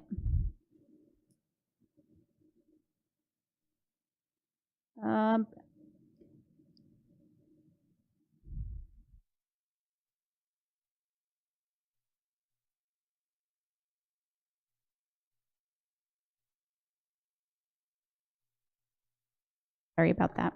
I'm also still learning the process, so thank you for your patience with me. Be it resolved, the Board of Education approves the proposed community workforce agreement, CWA, by and between the San Bernardino City Unified School District and San Bernardino Riverside Building and Construction Trades Council and the signatory craft councils and unions, Government Code Section 3547.5, before a public school employer enters into a written agreement with an exclusive representative covering matters within the scope of representation. The major provisions of the agreement, including but not limited to the costs that would be incurred by the public school employer under the agreement for the current and subsequent fiscal years, shall be disclosed at a public meeting of the public school employer. So I just wanted to clarify, we should hear the public comments first and then make the motion afterwards? Is that how we want to go about it? Yeah. I'm fine with that. Thank Okay, you. so in that case, I will call up Mr. Dave Everett up to the podium.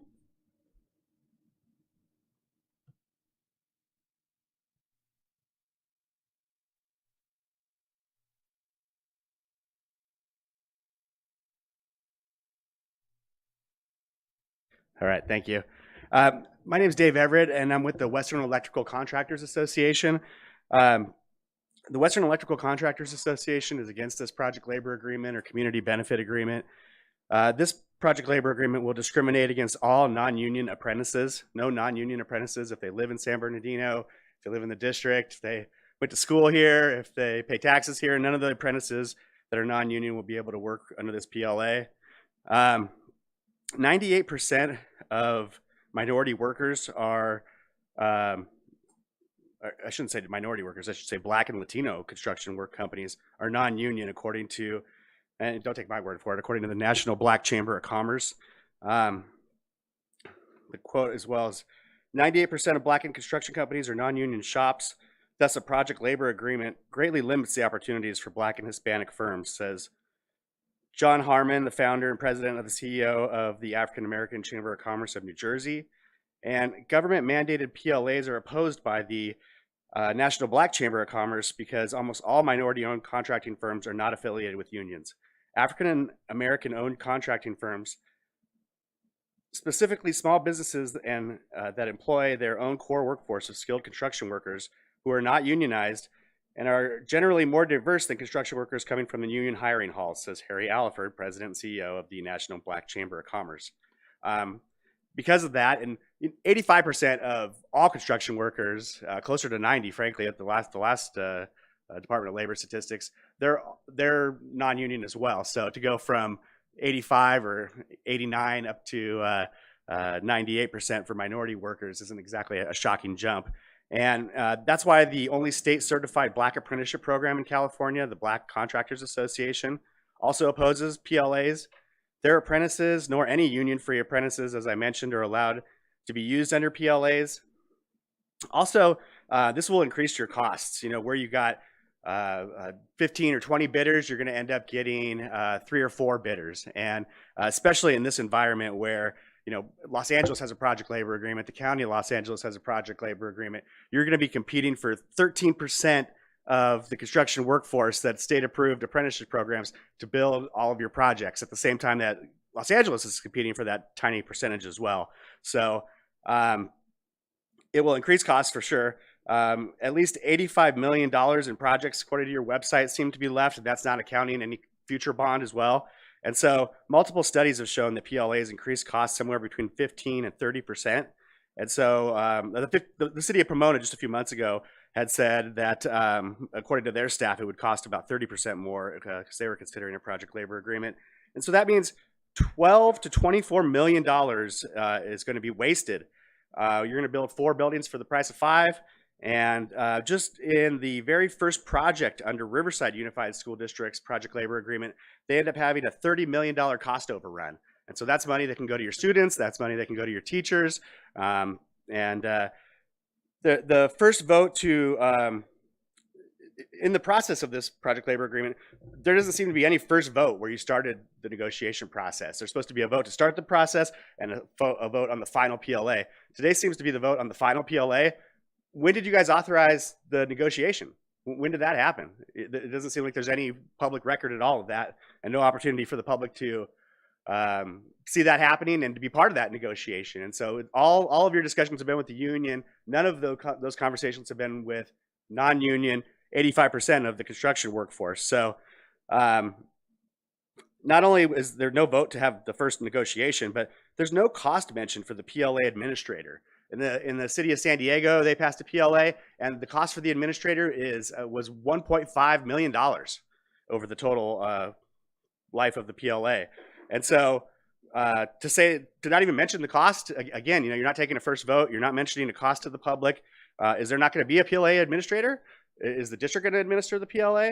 None of these questions are answered in the document. And you know, one of the other issues is that districts that pass PLAs, like Santa Ana, like San Diego Unified, they're laying off teachers and having budget crises. This is not a time to end up wasting $12 to $24 million. So please postpone this vote so you can hear both sides. And when voters pass these bonds, there was no mention of a PLA. This is completely dishonest to voters. And there's no talk in 2004 or 2012 on either of those bonds that you guys would be doing this. Don't waste the district's money. Give taxpayers the best bet and let everybody bid on these projects. Thanks so much. Thank you so much. Up next, I have quite a few different requests for comment on this item that appear to all be in favor of. So I'm going to call those folks up, and together you will have 30 minutes combined. I won't call you by name, so whoever submitted a request form and wants to speak can just make their way up. But again, you'll just have to be mindful of your own time. It'll be together 30 minutes combined.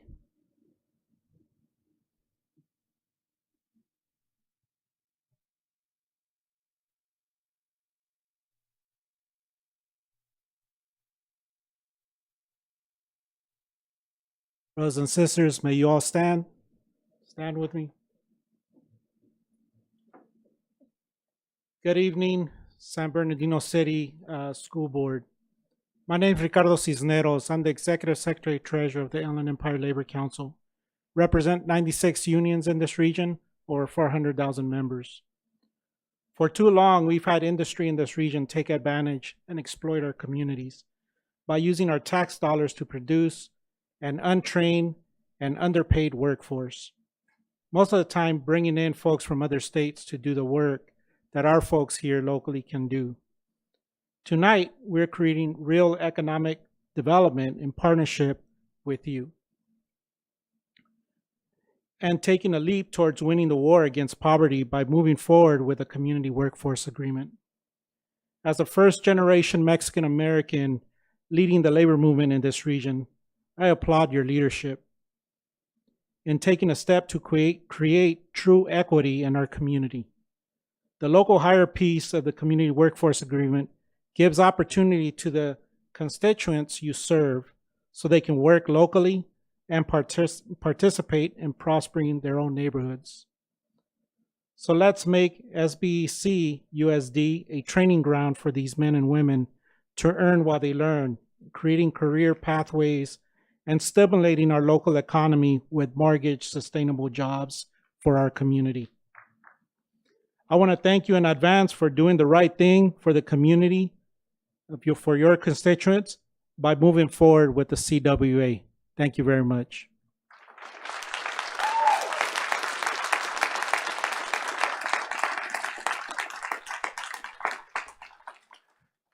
Good evening, Cabinet, board members, Superintendent Arellano.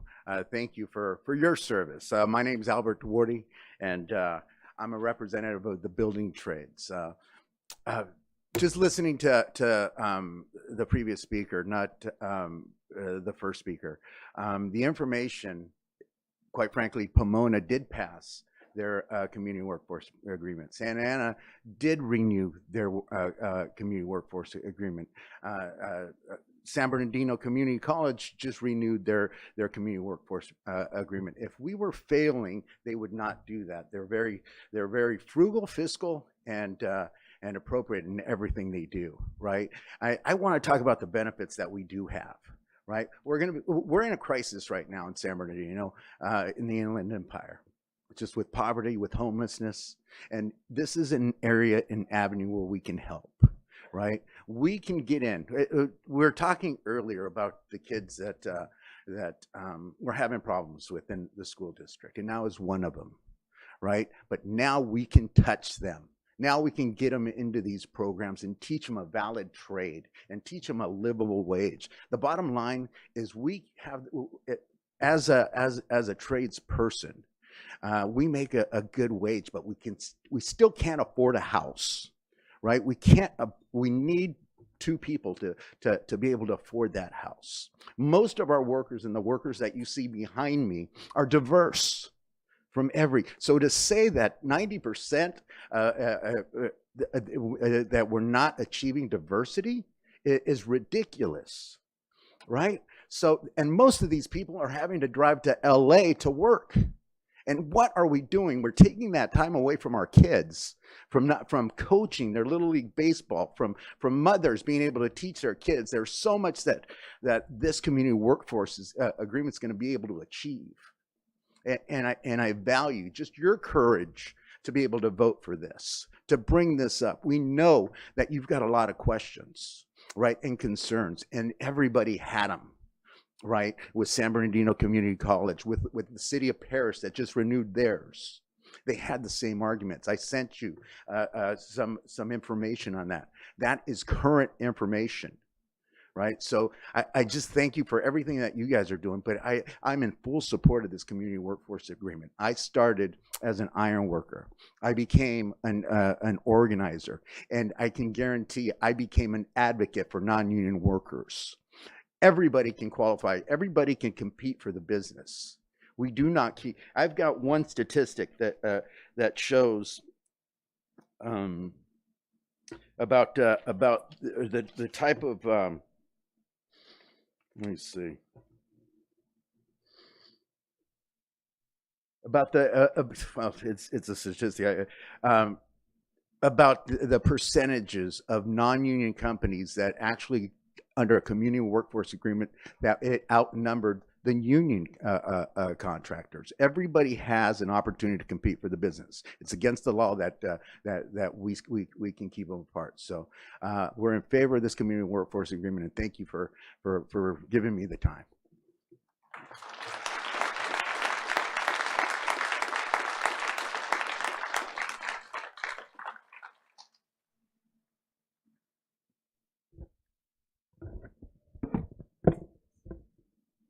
Hello, board. Hello, board. My name is Vanessa Ingalls, and I'm the founder and president of Tradeswomen Sisterhood. I also would like to introduce my sister, Khadija Soper, here. She is our training director with Tradeswomen Sisterhood. I am also an electrician with the International Brotherhood of Electrical Workers, having successfully completed our comprehensive 5-year inside wireman apprenticeship program. Today, I stand before you to advocate for the San Bernardino City Unified School District to enter into this community workforce agreement. The need for a CWA cannot be overstated. It serves as a powerful tool to ensure local hire, which not only strengthens our community, but also provides our residents with meaningful, family-sustaining employment opportunities. By prioritizing local hire, we can uplift families and stimulate our local economy.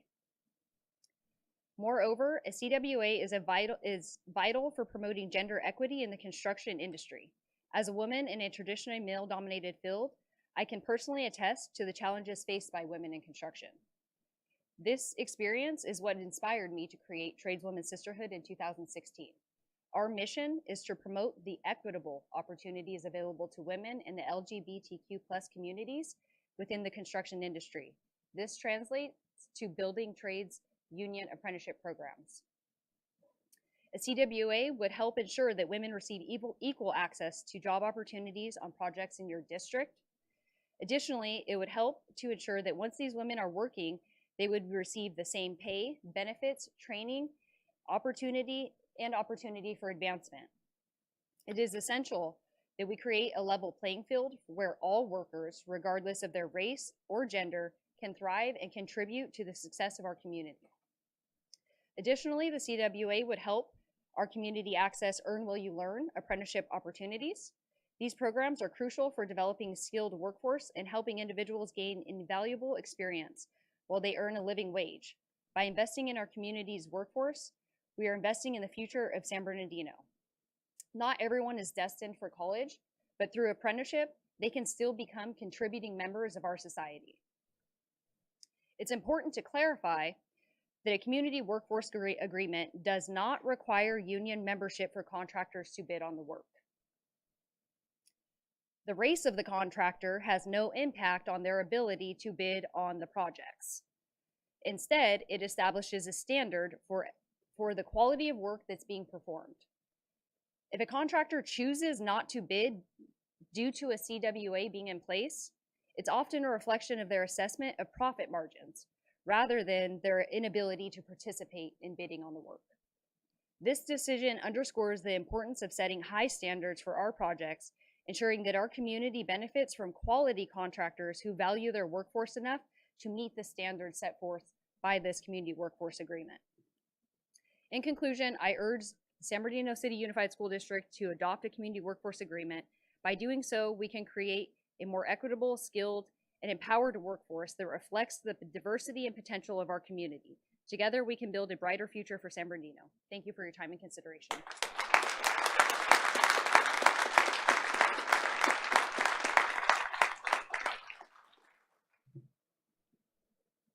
Good evening, Board.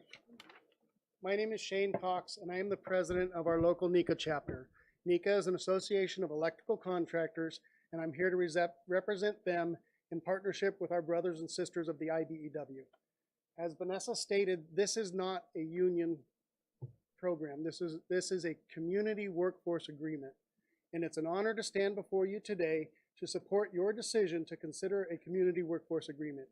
These agreements are not just policies, they are powerful tools that ensure economic opportunities are shared fairly, that the workers are treated with dignity, and that our community can thrive together. As a local third-generation electrical contractor right here in San Bernardino, I not only work here in San Bernardino, but I reside here as well, and I wholeheartedly welcome a community workforce agreement that prioritizes local hiring, fair wages, and safe working conditions.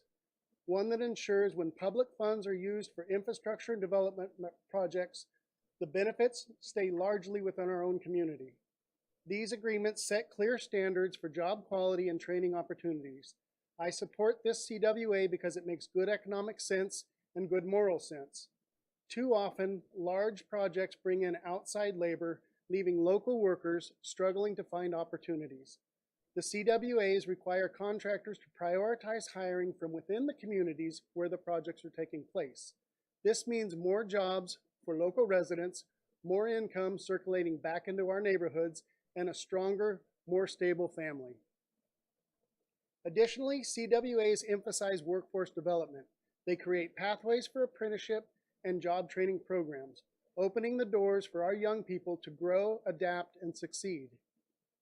This is an investment in people leading to long-term prosperity for our community. Imagine just for a moment the possibility of one of your own very own students in the next graduating class this summer, having the opportunity to join a local trade apprenticeship, and that same student further being given the opportunity to participate in the next modernization, perhaps even the same high school they may have graduated from. We've already seen the value and success of CWAs. Neighboring districts that have implemented these agreements report higher employment rates for local workers, improved workforce training, and stronger local economies. These agreements are not just about construction projects, they are about building futures. So tonight, I encourage you as the leaders and decision makers of this district to stand in support of implementing a community workforce agreement. Together, we can make a difference and make our community stronger, our workforce more skilled, and our local economy more resilient. Together, we can make hope happen. Thank you for your time and consideration. Thank you. And can you do me a favor? Can you move the mic up higher too? Thank you. Is that better? All right. Good evening, board, superintendent, and board members. My name is Omar Kobian. I'm a representative for the Western States Regional Council of Carpenters, representing over 12,000 members that live in the Inland Empire and close to 800 that live in San Bernardino. Well, I have a lot of things going through my head right now, but I want to start by addressing number one. A couple years ago, in 23, Riverside Unified School District started their CWA committee. They went through months of different committees and for community meetings. And at the end of the day, it passed unanimous for one reason, with very conservative board members on that panel. And I was there throughout the whole process. And what I witnessed was the fact that the facts don't lie. For the gentleman prior stating that the cost of construction went up by 20, 30%, that's a lie. So let me explain. A CWA is a deliverable cost, anywhere from 1 to 1.5% that's already put into the compliance component that you guys actually put as 3%. So unless the contractors are ripping you off or the cost of material or labor goes up, that's a lie. It's prevailing wage. It's the same wage. That's the difference. So these scare tactics are constant. I'm sure all of you got tons of emails over the weekend. We know how it works. And the board members of RUSD got the same emails. I wish board member, the board member from Riverside would be here to explain what happened with that. I wanted to share a little bit about Riverside Community College. Passed the CWA in 2010. The Riverside Community College District, an analysis that provides an overall view of the results of the tabulation of the PLA that was in place at RCD between 2010 and 2015 and covered their bond measure, Measure C. I included this because it provides a summary of all contractors, union and non-union, who were awarding contracts for the covered projects. 61% went to the non-union contractors, which provides evidence that PLAs are not biased. Agreements and that they only somehow hinder non-union contractors unable to sufficiently complete for PLA covered contracts. Also, it highlights the labor compliance benefit derived from PLA. Labor compliance monitoring achievements equated to $178,000 in worker wage recovery as a result of prevailing wage violations that were identified, investigated, and resolved through the provisions contained within the PLA. Additionally, it highlighted the effectiveness of local hire provisions of the agreement. 62% of workers were local hire. I can go on. And by the way, it was over 5,000 workers that worked throughout that PLA, or 5 years. At the end of the day, what people don't realize is that as representatives, we go to these job sites. We talk to the workers. And what happens sometimes on prevailing wage jobs is that they tend to be exploited. One of the common themes is if I'm a worker working on a prevailing wage job, my foreman would come up to me and say, hey, if you want to work on this prevailing wage job, making the $60, $70, the end of the week, you're going to pay me a little something, or I'm going to send you to the other job for $25. Same company. So the same companies. On that note, that same contractor can pay the prevailing wage without paying any benefits. No retirement, no medical. Who pays for the medical at the end of the day? The taxpayers subsidize those same contractors. They fight these PLAs because they exploit workers. We have videos, we have evidence of prevailing wage jobs on a regular basis. That's what we do. Every project in the Inland Empire is covered by us. That's what we do. The carpenters, we check, we talk to workers. So this is a compliance effort to make sure that we have that third party that dots the I's and crosses the T's and puts the youth of San Bernardino first. I rest my case. Thank you.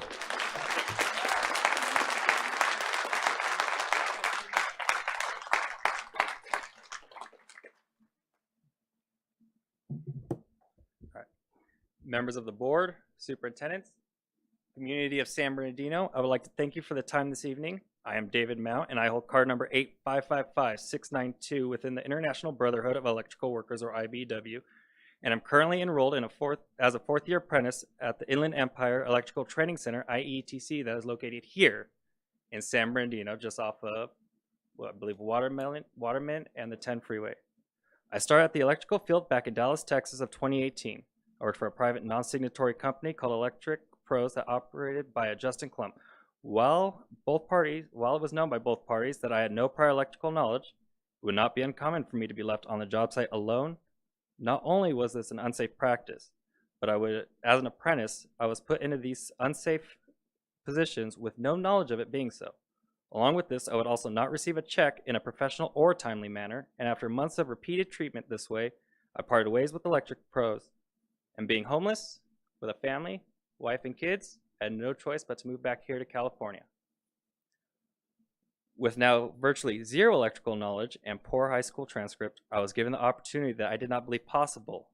The IETC board looked past my immature school record and let my entrance aptitude test as well as my interview show who I was and what I could truly be capable of. Since being an apprentice, I have seen and experienced a career far beyond what I thought would be achievable. I feel confident and secure in the training I receive. I am no longer left alone on a job site with no immediate competent person, and between the IBEW and IETC, I do not have to worry about receiving my checks. Most of all, to me personally, I am able to have a strong, secure sense of pride and skills that I have gained and acquired at the IEETC. I not only believe that San Bernardino should be built on skilled and competent labor, I believe that the IEETC is the correct school to uphold the vision that we all see for this city. If the CWA was to pass, it would ensure that the community has a chance to receive the same opportunities that I did. I once again thank everyone in attendance for your time and the board for the floor.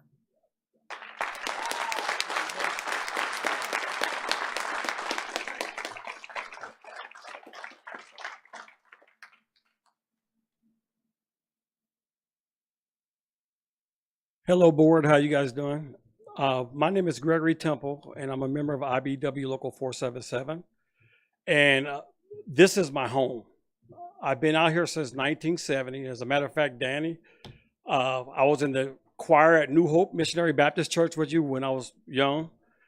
And as you look around, all the people in the back, this is their home. And what we do is we take care of home. And the gentleman that was speaking from WICA, where are they at? You know, are you coming to get the money and leaving? Let me tell you some of the things that the IBW does alone. We're in every single high schools creating pathway programs to get kids to have honest, hardworking jobs that can take care of their families. And you might not know this either. We even started a program called ERP, which I'm the director of. It is called Electrical Reentry Program, where we take people that are just finished getting incarcerated and we train them to 12 to 13 months, and we actually put them in line to get a job into the apprenticeship program. Where's WICA in this? Where's ABC in this? Okay? We do so much for the community, we give back to them. And also, too, the gentleman was talking about how it's not diverse in the unions. I'm a business rep now. A long time ago, about 40 years ago, I was in the streets of San Bernardino. I was facing 28 years of Fed time, and luckily I beat my case. But it was the IBW that brought me in. And I have a pension and retirement that is so big right now that I'm successful. I'm one of those stories that you hear about of somebody changing their life around, and I couldn't have done it without the union. I guarantee you that. So we're not just here to take money. We're giving back to the community. We've been giving back to the community. And the IBW is always going to be here. It's been around since, I guess, 1892. And it's going to continue giving back to the community. And thank you guys for even considering a CWA, because it means a lot. Everybody you see back here is local. This is their backyard. This is their home. And so thank you very much. Thank you.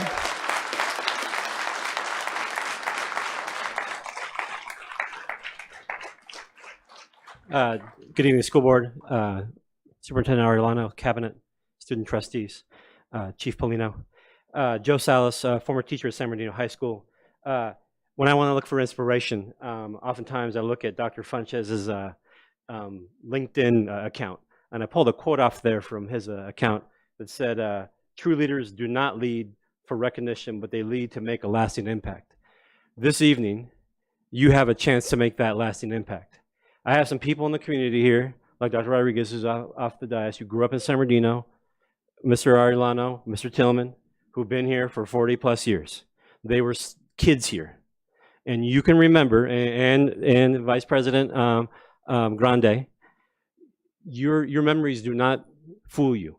When you were children and walking around in downtown San Bernardino, it was the place to be. It was a thriving community. And last year, William Lampley from the city of San Bernardino in the city manager's office said, he gave a little synopsis of the history of what became the economic decay of our community. And guess what? It had to do with the slow erosion between the 1970s and early 80s when 30,000 union jobs left this community. 30,000 union jobs. And now you can see what we got. Okay? When I'm looking at the San Bernardino Shines footprint, the map that we have to go forward as a community, as a school district, I look at the themes of collaboration, human potential, collaboration. That is these people in this room right here. I don't know who he was. He's gone. I mean, I wish he would have stayed. I would have loved to talk to the man. Doesn't matter. He has his point of view. But I can tell you this. There are now 30 students at San Bernardino High School with the IBEW program under the leadership of Mrs. Sosa and the visionary leadership of John Wingo. We have 30 students there now. 2 of them African American, 24 Latinx students, and I believe 2 women. Last year we had 17 students. The entire school board was there, I believe, minus Mr. Tillman. My bad. We'll invite you again next year, Mr. Tillman, to be there for the graduation. I can even attest to Mr. Pratt. We are in community. We are even in schools that are not a part of San Bernardino City Unified. Mr. Pratt came to talk to a young man with exceptional needs at RJA Academy, trying to get him on the right path over there in Fontana. They go wherever young people are. And we've already had many testimonies that the union saved their life. There is nothing wrong with a community workforce agreement. The starting salaries for a community workforce, for the operator engineers, these guys here in the middle, $36. That's with no college, being 19 years old, making $36 an hour, $5 more an hour, based off full-time benefits, $41 an hour. That's almost more than I make right now. I might have to give up my career. $24 an hour starting with IBEW. Any agreement that goes forward will benefit this community. It's called cyclical economics. The money stays in the community. It doesn't go off to some contractor who will never be here in this community again, except unless he or she has to do business again. I highly urge you to pass this. I'm just happy that we're even here as a community. The fact that it's even on this, thank you for that, because I know that takes courage. And it started about 4 years ago, talking with IBEW, with Gwen Rogers, and having some conversations with Mr. Komnick and other people in the community to get this to you guys. So I want to thank you even for considering this, and that's all I have to say. Thank you very much for entertaining us, and I appreciate everything you do for us.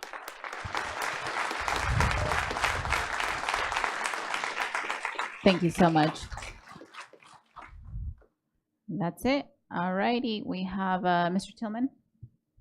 Thank you very much. Thank you all for coming out tonight. You know, tonight we did get an email, and there were some concerns listed in it. And I contacted, some of you might remember Tony Dupree. Tony Dupree used to be on the school board with us, but I met him years ago, probably 38 years ago at the county of San Bernardino. He was an engineer technician, but he's been in construction his whole life, still doing it. And I called him and asked him about the concerns, and he said, Danny, the PLA is a great thing. And he worked on the one for, I think he said Riverside Community College. And one of the things that struck me was, he said when a person works on one of the jobs, then they get into the retirement system. And each time they do a job, they get credit in the retirement system, which is a big deal. You know, a lot of young folks don't realize the value of a defined benefits retirement. I know because I retired from the county of San Bernardino, and it's a defined benefits program. Only 8% of the people in the country are afforded a defined benefits retirement. So I know what a big deal it is, and I know what it means to it would mean to the folks in our community. So after the discussion with Tony Dupree, because he's a straight shooter, and I have a lot of trust in him, and I don't have trust in a lot of people, but it made me feel 100% confident that what we're doing tonight is a good thing. So I'd like to make a motion to approve. I'll second that.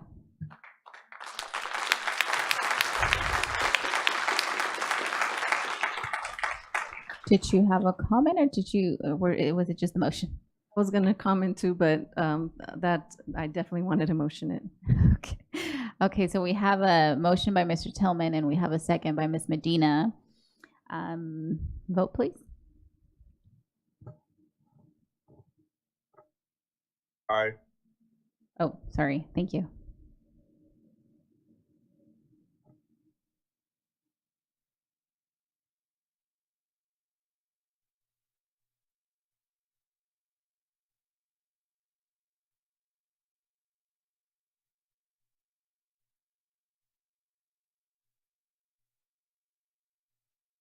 Motion passes.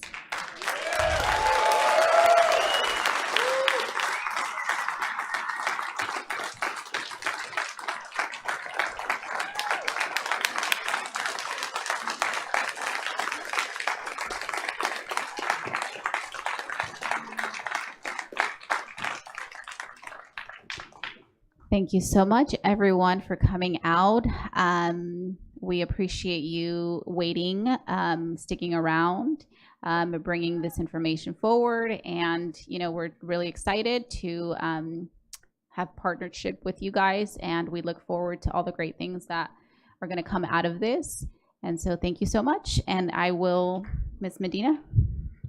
Yes, and you know, I got really excited, didn't really get a chance to comment, but this is a great thing for San Bernardino. I am just so happy and excited. You know, there was reasons. I even wrote down a whole thing I was going to say, reasons why this was so important. But I'm just really proud of our board. I'm proud of our district, our students, our staff, our community, everyone here that waited this long to still stay and speak on the issues. I did want to acknowledge Ben, who's been advocating since the beginning as well, and even Gwen Rogers, yes.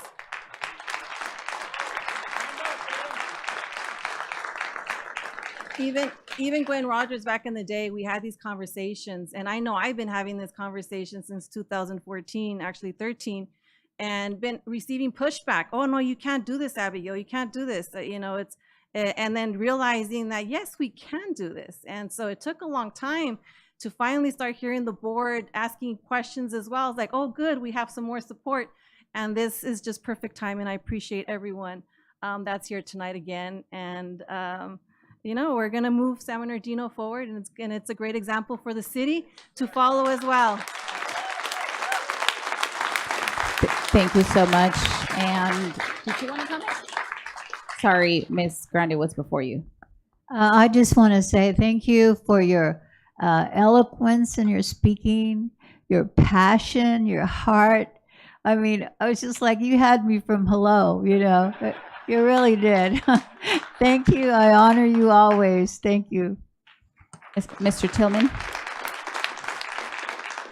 Yeah, when I talked to Mr. Dupree tonight, he told me they have a program in LA associated with their PLA called Hire LA or LA Hire. Anybody know what it's called? Hire LA. So we had to have a Hire San Bernardino. Ms. Alexander. I'd just like to say, as Abigail said, this is very instrumental for San Bernardino, and we really just appreciate the intentionality, just coming out here explaining and really just expressing your concern and your intention to see us grow, and most importantly for our scholars. We really appreciate it. Having an opportunity to speak to some of you and just what you've expressed, but also get to know you. I know that you mean and you walk your talk, so thank you. Thank you. Mr. Santos? Wanted to make a comment that our country was at its greatest when our unions were at the strongest. So if you go back into our past, it's been a while, but yeah, you know, unions are important because a lot of the labor laws that have come in through this country were because of unions. Thank you.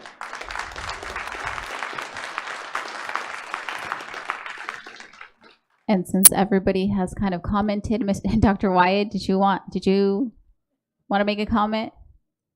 Yeah, sure. Thank you, Madam President. And just congratulations to everyone. I know I'm not there personally tonight, and I'm up here with the district representing our team up here in San Jose. But I just want to say thank you to Ben, Omar, Jeffrey, a lot of folks we've been working with. And most importantly, you know, I'm really looking forward to the future of our children, our students.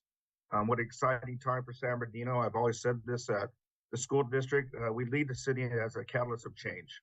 And I truly believe this is going to be an excellent, outstanding relationship moving forward with the building trades and all the different unions that we work with, and just tremendous opportunity for our students, our families, the city of San Bernardino. And I'll tell you what, great things are going to happen. Thank you, everyone, for everybody involved, and thank you to the board for supporting this as well.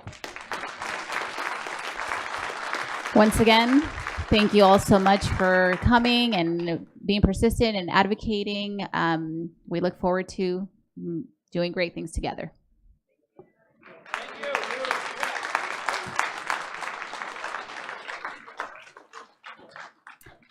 Moving on, a recommendation has also been made to move 9.2 up as well. So I will now turn over to the board for consensus on moving that item up. Do I have consensus? Mary Ellen Santos?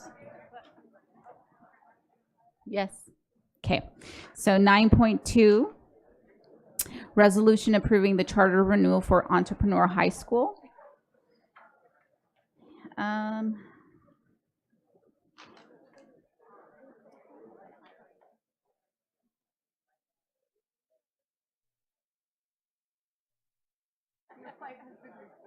I got it. On October 10th, 2024, Randall Josrand, thank you. Lead petitioner for Entrepreneur High School submitted a charter renewal petition to the Charter School Operations Department. A public hearing was conducted on December 17th, 2024 to consider the level of support for the charter petition. Be it resolved, the Board of Education approves the charter renewal petition for Entrepreneur High School for a term of July 1st, 2025 through June 30, 2030. Moved.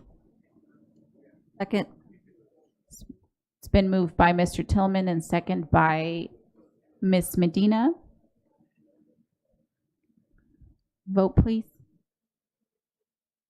Aye.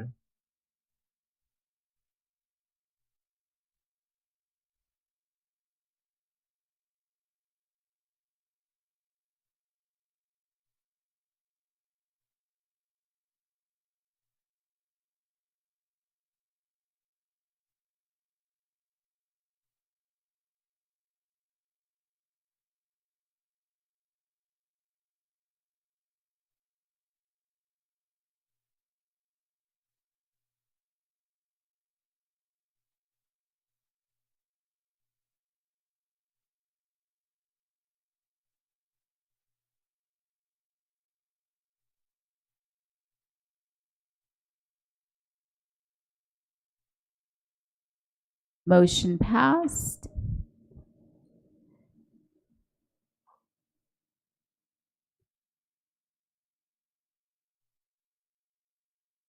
Okay, so the motion has passed, and so typically I don't have a section in front of me for additional comments, but did You can someone rescind want it to? if you want to talk. Yes, did someone want to come I'm up? just playing. Yeah, but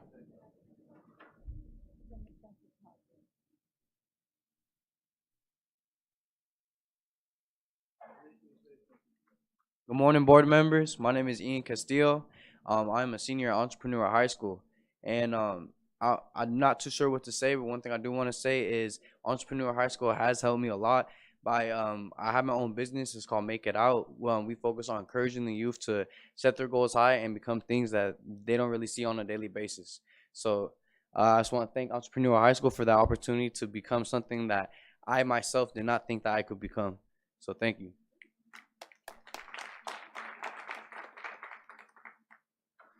Hello, board president and board members. My name is Gannon Moreno. I am a senior at Entrepreneur High School.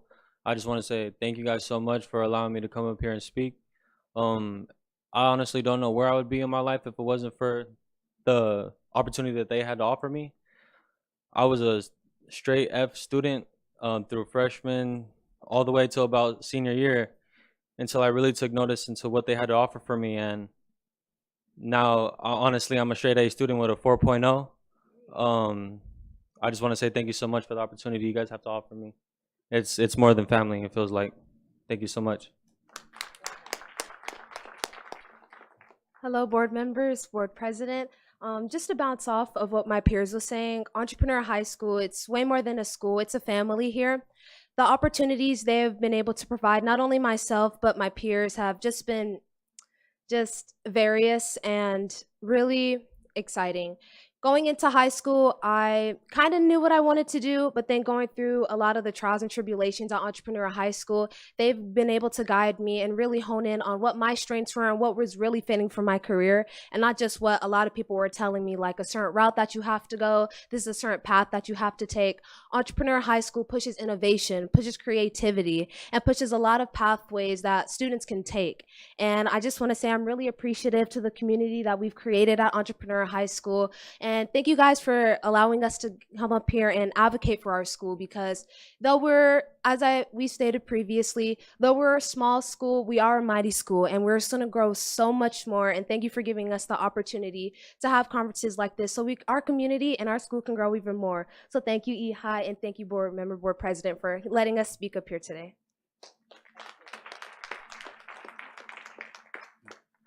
Good afternoon. I don't have too much to say, but thank you for letting everybody that is in a younger class and come to Entrepreneur, because it changed mine, it changed everybody else, and they're gonna have a good experience there. Because like as Ian and Gannon said, it's like a family for sure. Good night. I'm Joshua Garcia. Thank you guys for letting me speak. I also have a business. It's Potentia Vision. It's a web design and basically online marketing business. So Entrepreneur High has helped me a lot with officiating the business, with different things I needed for the business, I guess. It's my first year here, so it helped me a lot. Thank you.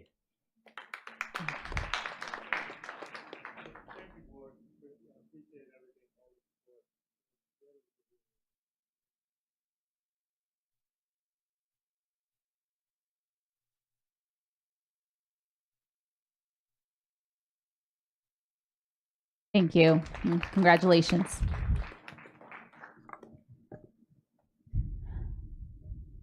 All right, so now I'm going to go back up to 8.0, administrative reports and presentations, 8.1, data-driven grading practices, and I will turn it over to Mrs. Applegate.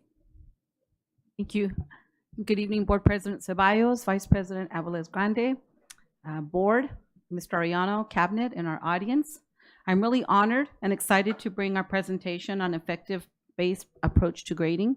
So what you will see tonight is a collaboration that we have with Dr. Douglas Reeves, who's a renowned educator, worldwide actually, especially around grading practices. And I think you're going to see that grading practices are so much more than that old DNF report that you used to get. That used to be the old presentation. We'll see how effective grading practices can really be foundational and a catalyst to quality teaching and learning. So I will turn it over to Dr. Venkatesan, and she'll talk a little bit more about how proud we are of our teachers who have been the leaders in the movement for this grading practice, along with our district staff. You can see here we have a fantastic superhuman team here that has also helped with grading practices. So I will go ahead and hand it over to her.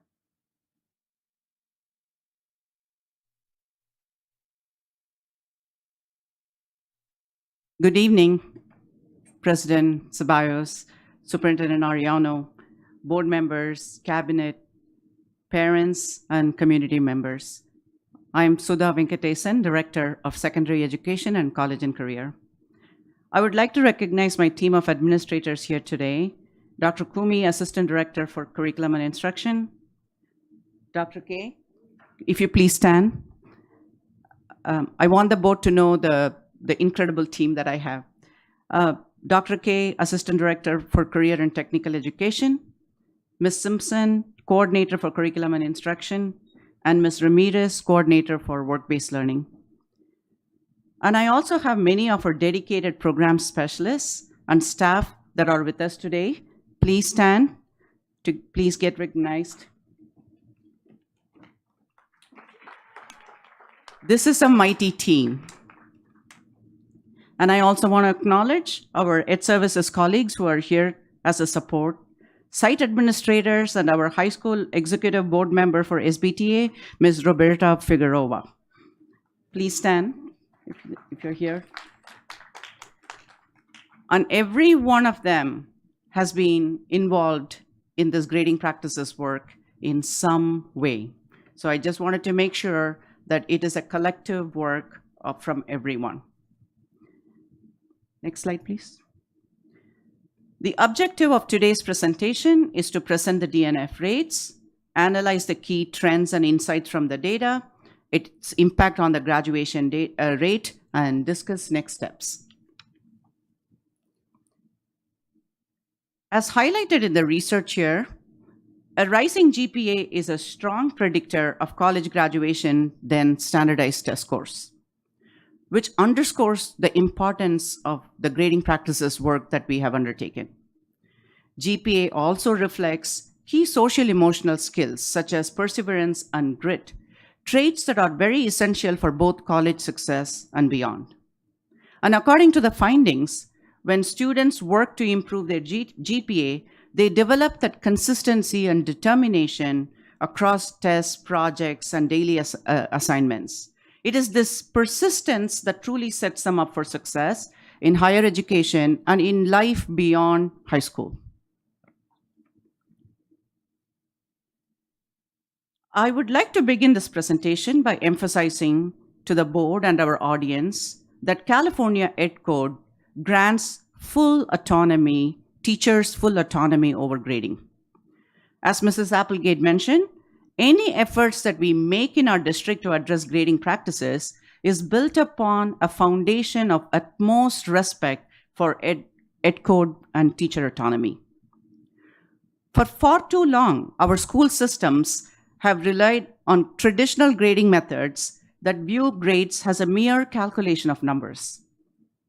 Our goal with grading practices in our district is to introduce innovative approaches that research has shown can significantly enhance students' effectiveness, sense of hope, trust, and agency. Achieving this shift in mindset about grading will take time. It's not simply about changing how grades are calculated. It's about transforming how we view the learning process as a whole. This requires a cultural shift within our schools, which is slow, hard work. But we are committed to doing this with our teachers and not to them in a truly collaborative way. It's an ongoing process, and though it takes time, we believe it is essential for creating the lasting positive changes our students need. These progressive grading strategies are vital part of high-quality teaching and learning, and we will continue to assess their impact to ensure that we are meeting the needs of all learners. In the years leading up to COVID-19 pandemic, our district made significant strides in reforming grading practices, with a strong emphasis on professional development and guidance from experts like Doug Reeves on best practices. And our board has placed tremendous priority over the grading practices work. I know many of you are sitting here right now who has been part of this from the beginning. However, the onset of the pandemic in 2020 disrupted this progress as we quickly shifted to virtual learning, froze gradebooks, and adjusted credit requirements to accommodate the new reality of online education. During this time, learning gaps widened, and the continuity of grading-focused professional development was interrupted. In the aftermath, after we returned to in-person instruction and adapt to a changing educational landscape, our primary focus has been to address these gaps while managing the challenges of high staff turnover and on the onboarding of new school leaders. Recognizing the difficulty of gathering all staff for professional development to the district, Mrs. Applegate has implemented a strategy of pushing training directly into the schools. Through a partnership with Creative Leadership Solutions, consultants have been deployed to provide site-specific support tailored to the needs of individual schools. While progress has been slow due to varied teacher readiness and turnover, we are still continuing to do this important work. And some schools have made big strides, such as eliminating zeros and embracing mastery-based grading. the goal remains clear: to create grading systems that truly support student growth, mastery, and success while fostering trust and agency within our school communities. At the high school level, we have seen a decrease in DNF grades, indicating the positive impact of our grading reform efforts. We see a slight increase at the middle school level. While much of our work has been concentrated on high schools, we are now accelerating our efforts at the middle school level as well. This progress is driven by 190 teachers who have adopted innovative practices rather than just tracking points. I will explain further down the presentation what those innovative practices are. Schools like Pacific High School and Indian Springs High School have made significant strides in reducing the Ds and Fs, demonstrating the effectiveness of these efforts. Math and English language arts have seen the greatest reduction in failing grades, underscoring the importance of students being successful in these critical subject areas. These trends show we are heading in the right direction, and we will continue to refine and expand our approach across the district. We will now go into the high school data. This graph presents the grade distribution of students in grades 9 through 12 over the past 2 years. Has shown there has been a steady increase in A's and B's, while C's, D's, and F's have been on the decline. This shift highlights the effectiveness of the grading support systems, which gives students more opportunities to showcase their learning and improve their outcomes. Unlike standardized tests, which only capture performance at a single moment of time and that don't allow for course correction, our approach fosters continuous improvement and growth. This graph consolidates the high school DNF percentages from the previous gap to offer a clearer perspective on the overall trend. This slide displays DNF rates for core subjects, math, ELA, science, and history, to provide a clearer understanding of where these trends are most prominent. Notably, the most significant reductions in DNF grades are observed in math and in ELA.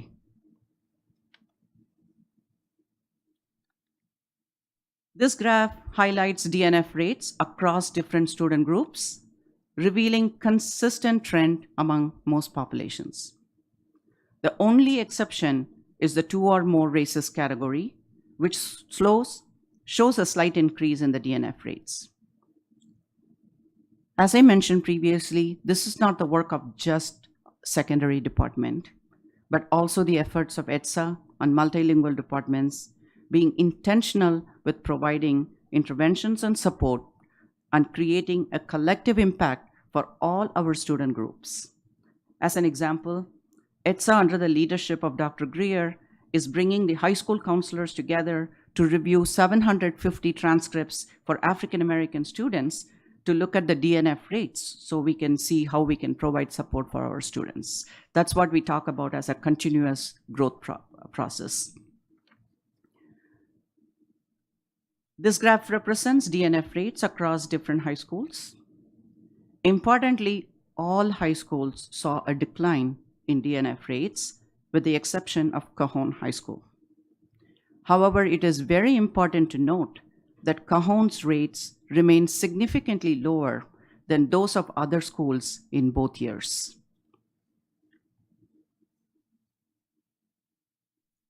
This graph compares the graduation rate with the F rates, illustrating how a decrease in F contributed to increase in graduation rates. So I'm going to stop here. should I continue with the middle school data, or if you have questions, this is just high school data. Do we have any, Ms. Medina? I just have one. I just noticed that for Cajon High School, there was an increase in Ds and F for 2020, for this last year. Is there, and I'm sure you're going to talk about it later, what are The homeless, the Ds and Fs? Is it page, or maybe, I'm sorry, Cajon High School. What did I say? I said Cajon. Cajon High School. Is Yeah. it on page? So how it's increased, the Ds and Fs had increased for the last year, just slightly, not too much. yes. I was just wondering if there's already conversations of what that's going to look like to see why an increase and so forth. So thank you for asking that question. Just last week, the principal personally reached out to me, and he has been a big proponent of this work in his previous district. And so he said, I want to continue this work there collaboratively with our teachers, and I want to know like what we can do and what are the next steps. Because again, as I mentioned, there is a lot of turnover among our leaders, and there is a lot of those trainings that we brought to the administrators and also our teachers that they were not, they didn't have it.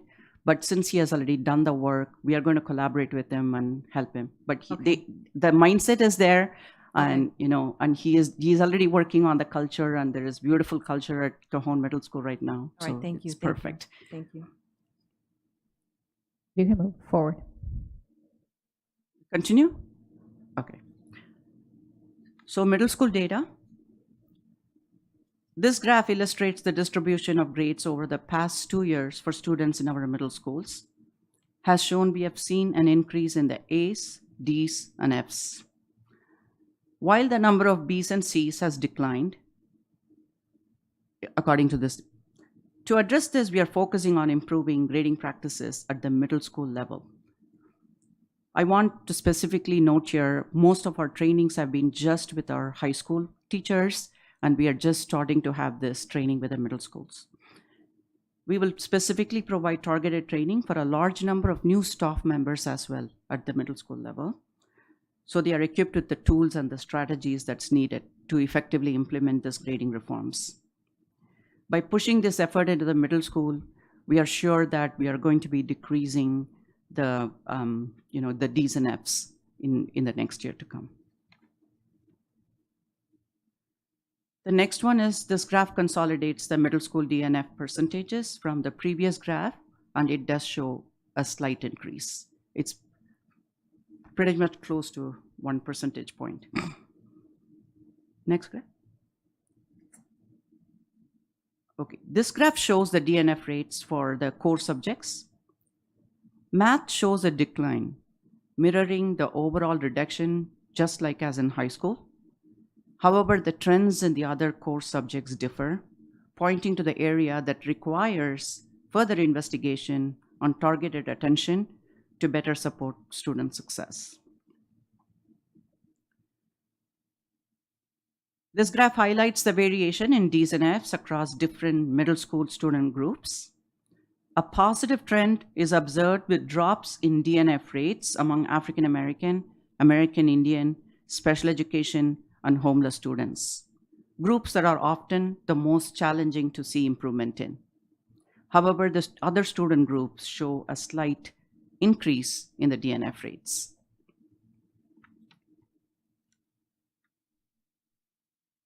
This graph highlights the variation in DNF rates across different middle schools, demonstrating that trends are not consistent across all campuses. While some schools have experienced a decline in DNF rates, others show fluctuations, indicating that each school may face unique challenges and opportunities for improvement.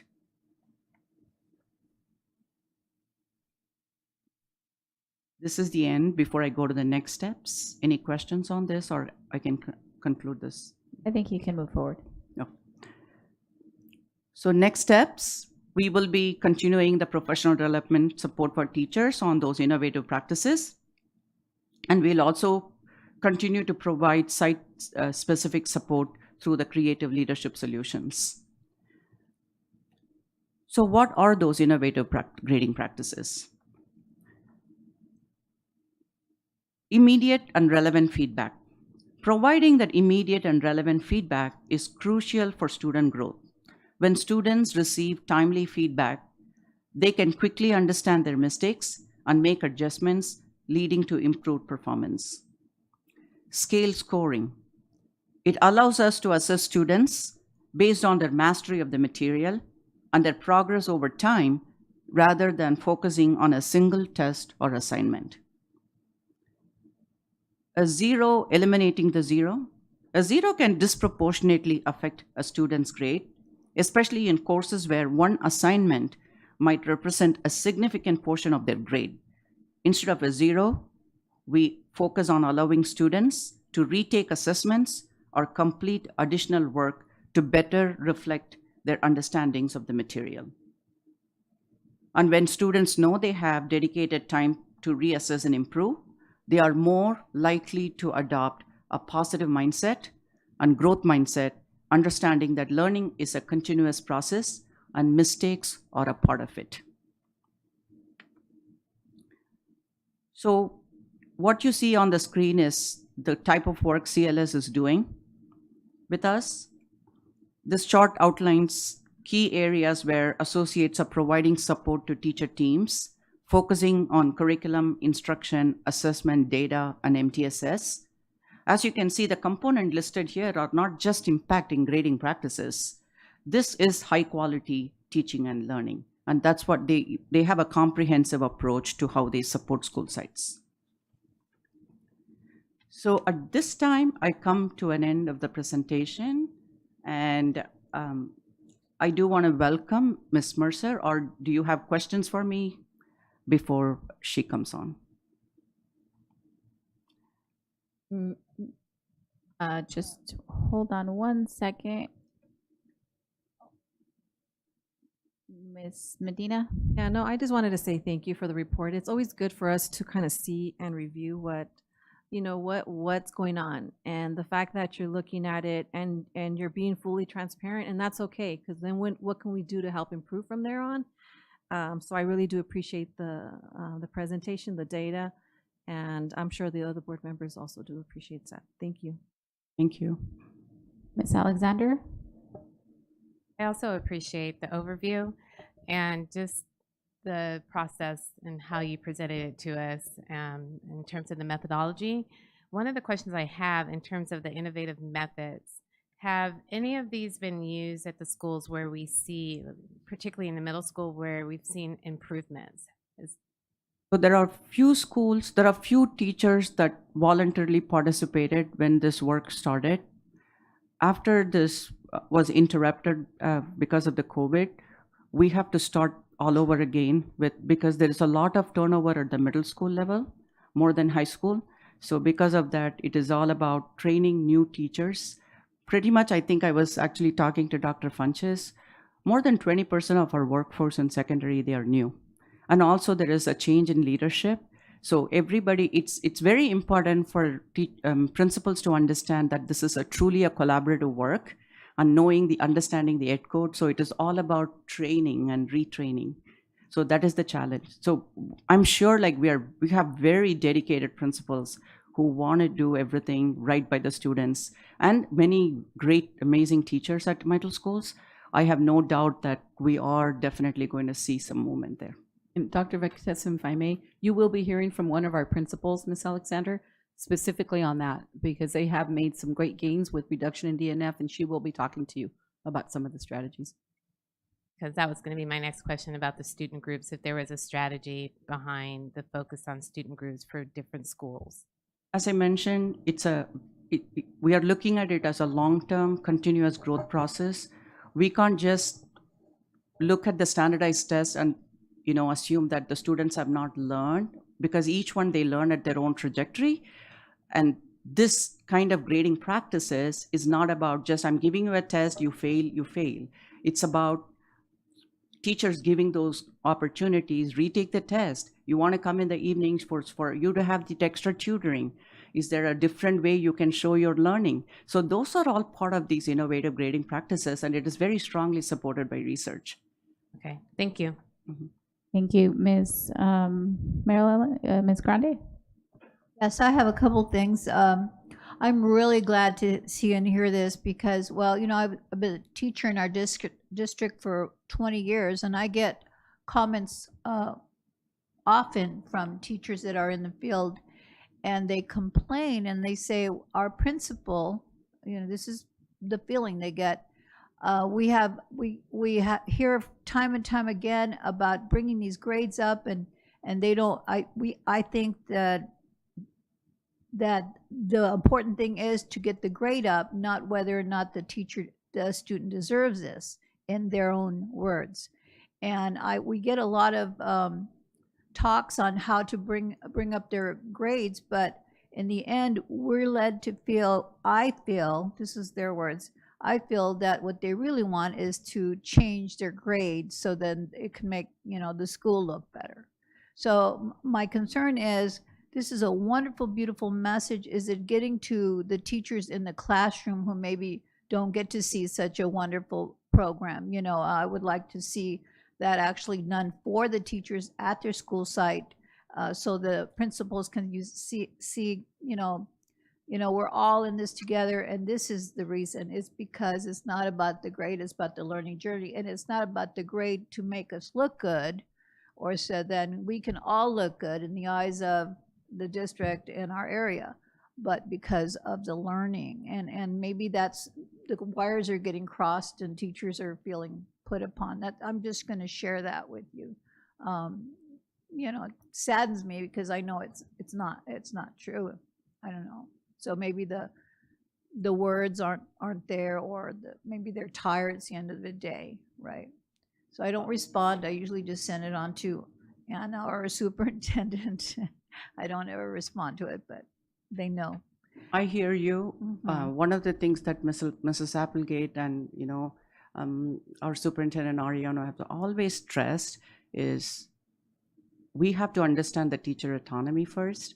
So this is about a shift in the culture and shift in the mindset. So we have to make sure that they are partners in this work.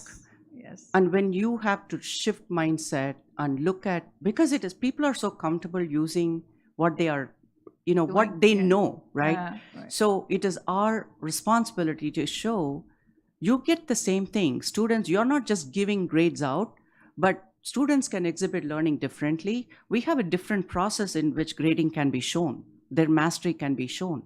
And we have to take into account different students have different trajectories in how they learn and acquire mastery. So as I mentioned, there's a lot of new administrators as well as, so it is upon us to make sure that we bring them together and give them those trainings. And also it is very important, to be very transparent with you, this requires a very nuanced conversation with our teachers. So knowing that, you know, at no time the conversation should be teachers walking away thinking, no, they are asking me to do the grades, which I understand that's what you're alluding to. I absolutely say that is not how we are approaching this. We want teachers to be part of this conversation. We want teachers to use this because it has to come within. That change is what we are working on. Right. That is why it has been a slow process. So it's wonderful. And then the other one, just wondering, you know, those D's and F's, do students get an opportunity for recovery or to retake or relearn any portions of these subject matters they did poorly in? Can D's and F's be replaced, like say with our college coursework? When I got a bad grade, I was able to take it again in the semester and replaced it with a good grade. That is exactly our conversation. Giving multiple opportunities for student success is our conversation. Mr. Santos? Sorry, I'm getting used to this, so work with me. To tackle you, student accountability is important, right? My question was, is this training for all teachers mandatory? Is it something they volunteer for? How many teachers are receiving this training? So our work is guided by Ed Code. And as I mentioned previously, teachers have full autonomy over grading. That's what the Ed Code says. So that doesn't stop us from educating the teachers on different ways we can grade, different practices that have shown that has shown in the research to really help student growth. So that is the work that we are doing. We are not taking away, and we are not telling them how to grade, but we are exposing and introducing them. Look, there are so many other ways you can show the mastery and understanding, and these are the things, and this is supported by research. Our teachers are always open when you show evidence-based research, and when they show, because everybody comes into the profession knowing, I want my students to be successful. So we use that as our foundational piece and work with our teachers and expose them to all these best evidences. That's how change happens. You cannot mandate this training because it is shift. We work on the mindset shift. So, Mr. Santos, right now teachers are opting in. It is not mandatory. So we're hoping to bring them along. Thank you. There are 365 teachers at this point of time who have participated and using some form of alternate gradings. And we do see some, that is why the data speaks. Some things, they are going on, and the data, and more of the high school teachers have attended this, and you see that improvement in the grades. Thank you. Again, I'll use the excuse that I'm new to this, so I'm understanding how this process works. That was my question. Thank you. Thank you so much. And I also just want to thank you for sharing this great information. Just to kind of piggyback off a little bit of what has been asked. You said how many teachers are participating currently? 300 what? So currently we have a total of 365 teachers.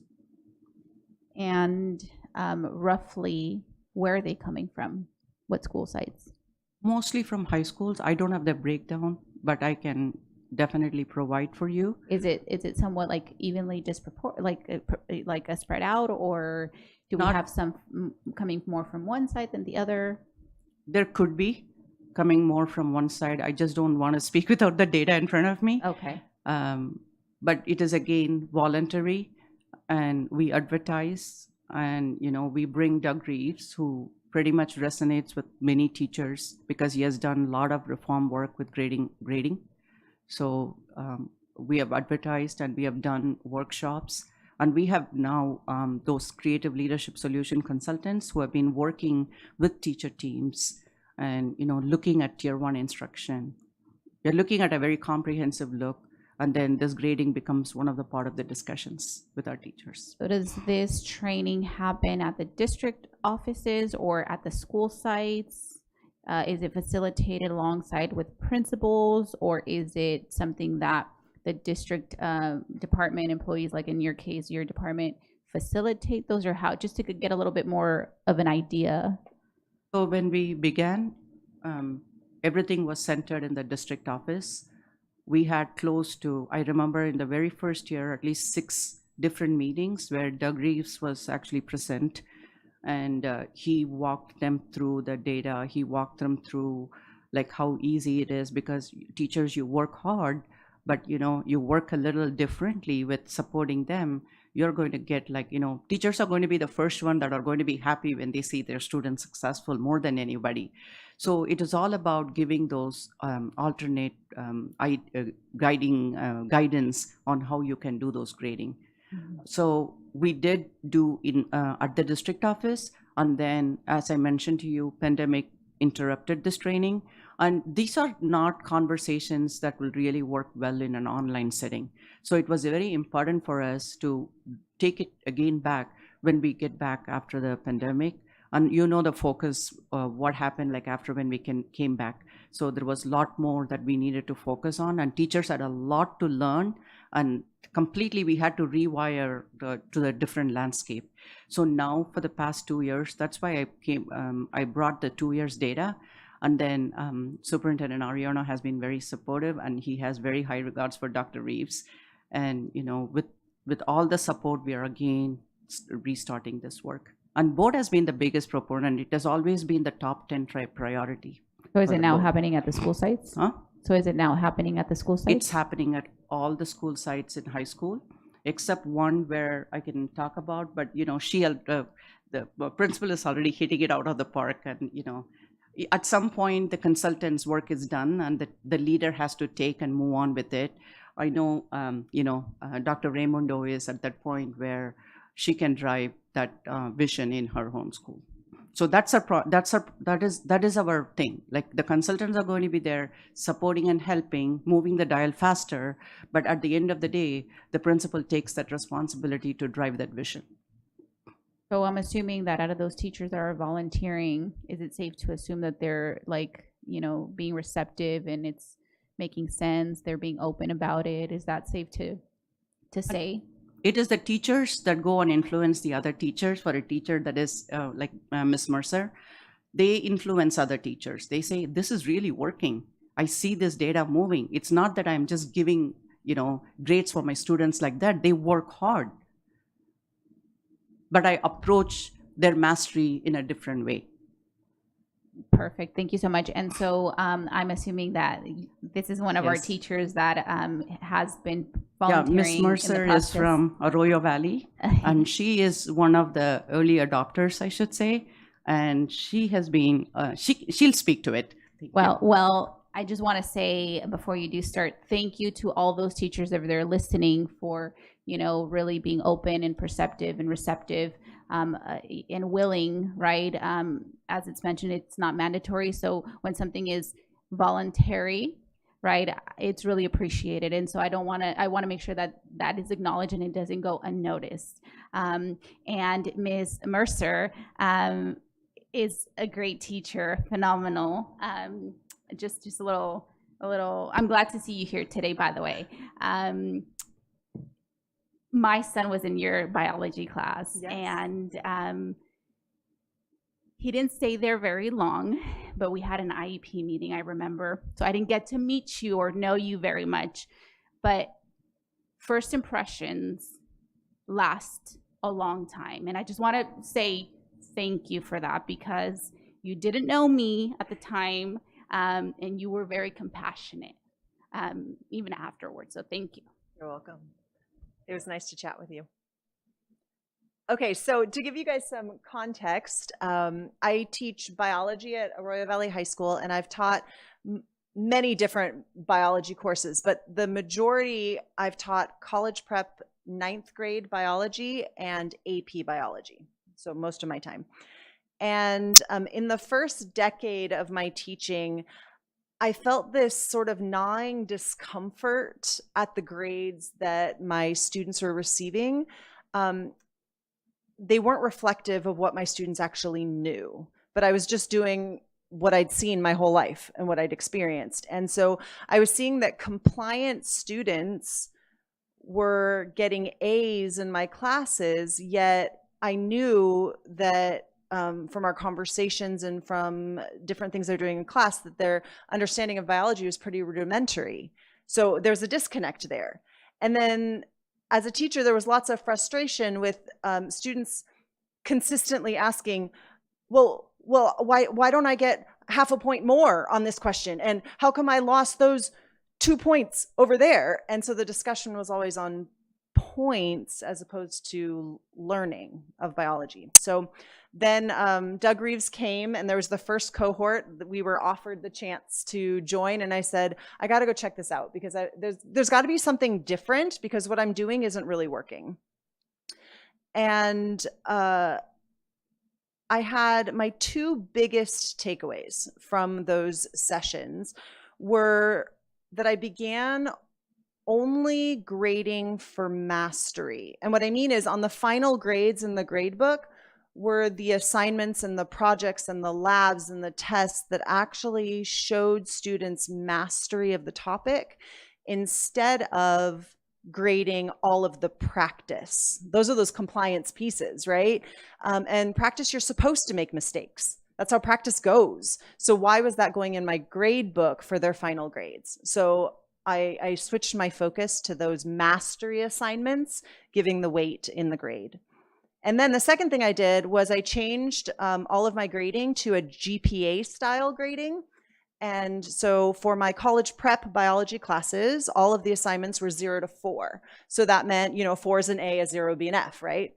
My AP biology classes, it was 0 to 5 to reflect that extra point that they receive for those AP biology courses. And what I found immediately when I made the change was that my compliant, I'll call them assignment completer students, who were dutiful about filling in whatever the assignment was, but weren't learning anything, they no longer had A's. And those who mastered the biology concepts and the biology skills, that's where my A's were. And that felt much more reflective of what my students actually knew. And then the unexpected thing was my students stopped quibbling with me about individual points. I don't think I've had a question about points on an assignment in years. Instead, they ask, Mrs. Mercer, how do I raise my grade? And that opens the door for a conversation on mastery. And so we get to look at, okay, let's look at this lab report that you submitted. What skills are you needing to work on, in your evidence and your reasoning? We'd look at test scores. What standards were we not meeting the expectation? And so now my grades reflect their mastery, and my grading conversations changed in the same vein. So now how do we master those standards and skills? It's been really cool.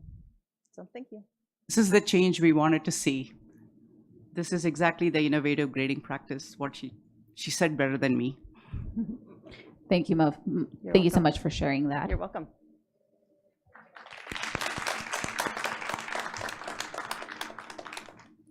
Now we would welcome our rockstar principal, Dr. Raimundo. Good evening and thank you. I'm going to stick to my notes because I could talk for like 30 minutes about this topic, but if Ms. Mercer would like a job with the Pirates, I will invite her readily. Several years ago, a student named Janae was on the basketball team, and she got very frustrated. She was being a teenager. Basketball was being dangled in front of her as a carrot for everything. Do your chores at home or you're off the team. You messed up at school, you got in trouble, you're going to be off the team. And she just basically shut down.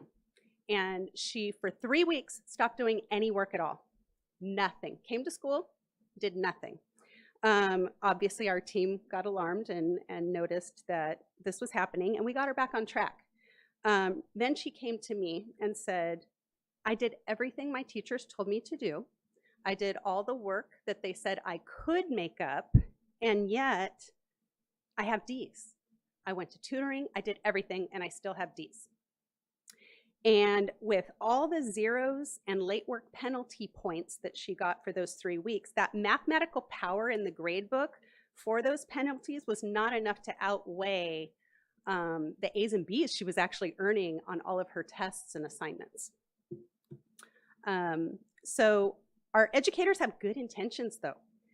We want students to be responsible. We want them to know if you mess up and don't do anything for 3 weeks, there's consequences to that. But many of our students, instead of seeing that as a carrot, they end up hopeless and frustrated and they give up. So points-based systems like ARIES, when you use points instead of rubrics, they make it easy to see what a grade is. It's there in black and white. But with weighting categories and subjective numbers of points for various assignments, grades are more like a math puzzle than an actual measurement of learning. So if we can go to the next slide. Changing grading requires a whole paradigm shift, a different way of thinking about grading. And at times it feels a little bit like a mental cha-cha because you're going back and forth between, well, the research says this, and I heard this at a grading practices committee, but then I don't know how to make it work. And, what do I do about the kid who didn't do the assignment? By using an action research model, though, we can engage in the work by shifting our practices a little bit at a time and taking some of the research and applying it and seeing if it works. Just so I don't leave you hanging about Janae's story, after individual conversations with each of her teachers, all teachers agreed that, yes, she got A's and B's for the entire semester instead of those 3 weeks. So they said they would make an exception for her and raise her grade.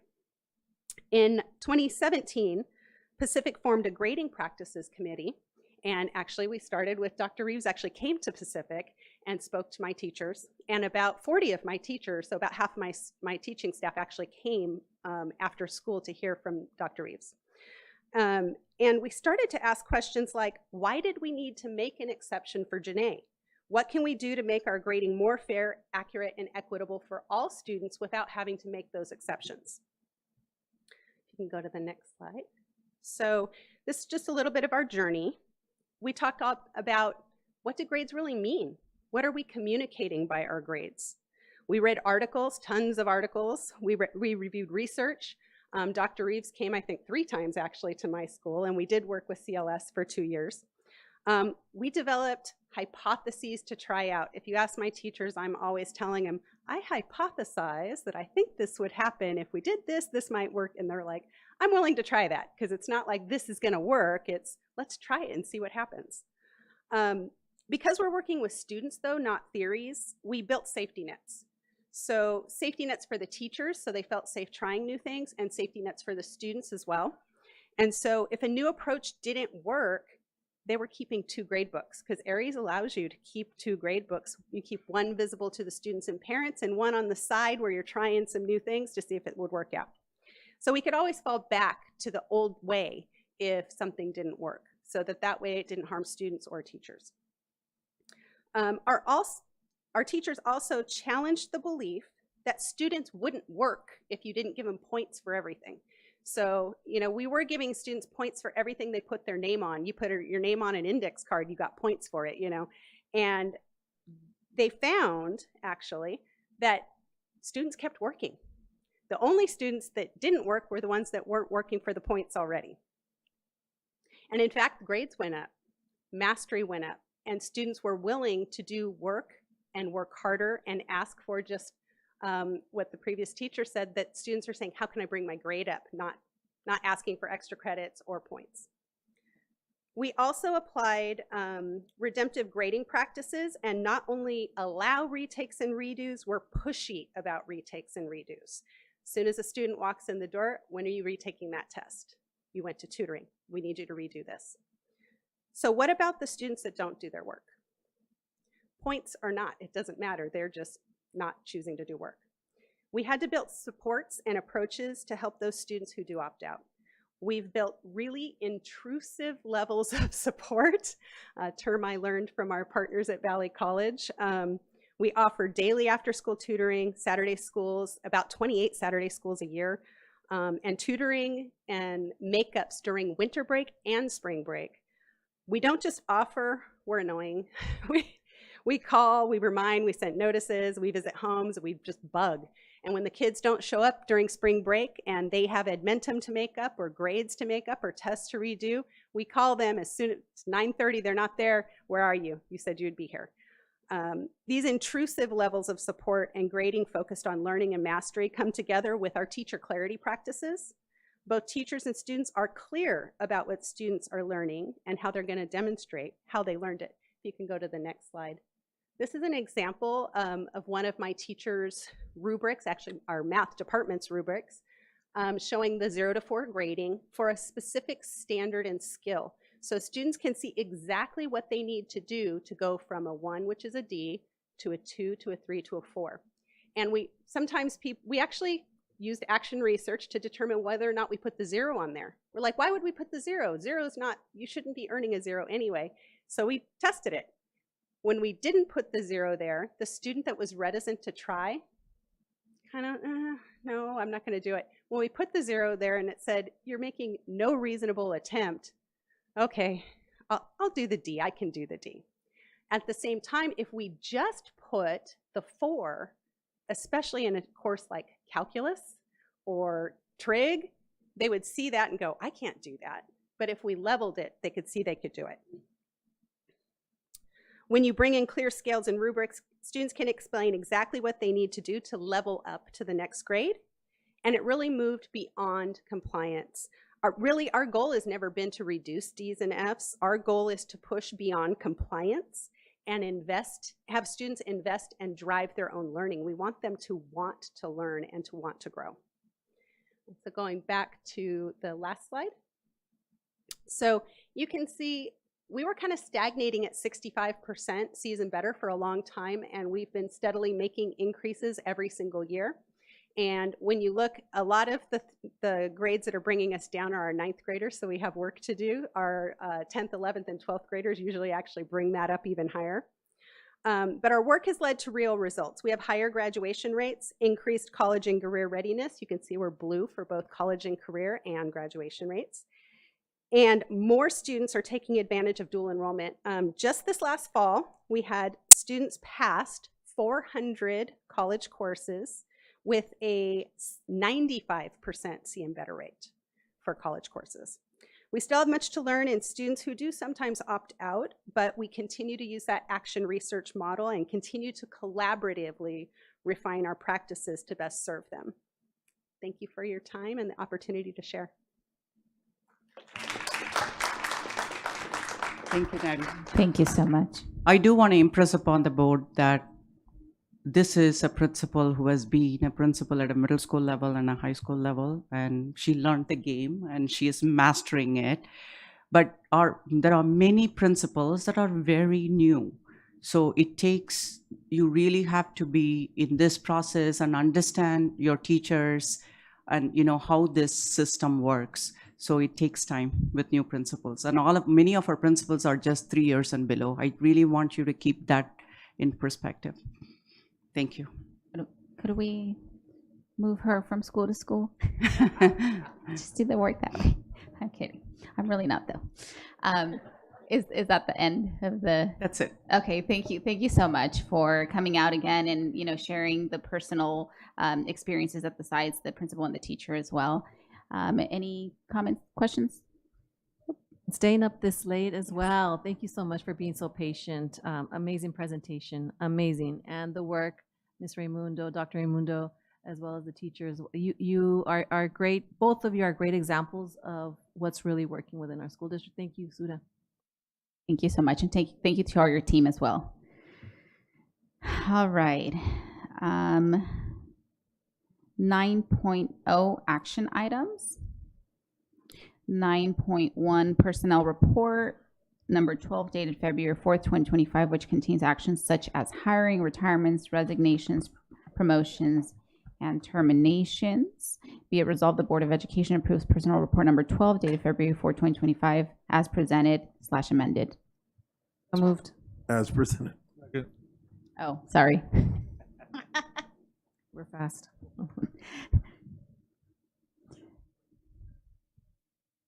Vote, please.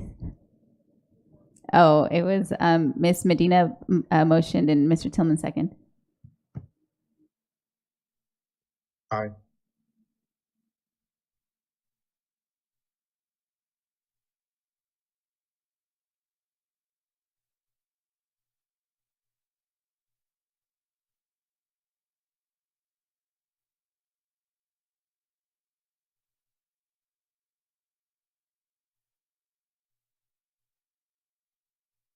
Mrs. Grande, Mrs. Alexander. Mrs. Alexander stepped away. Dr. Wyatt? I stated aye.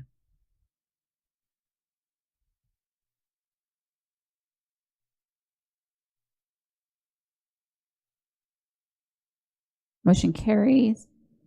9.3, resolution accepting and acknowledging the language for funding applications submitted under the state school facility program and updating the 5-year school facility master plan. So moved. Second. Moved by Ms. Medina, second by Mr. Tillman. Aye. Thank you.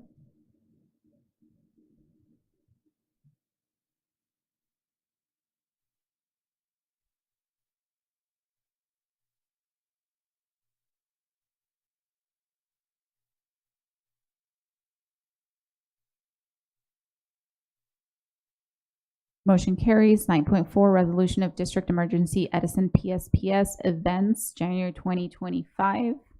So moved. Moved by Ms. Medina, second by Mr. Tillman. Dr. Wyatt, vote please. Aye.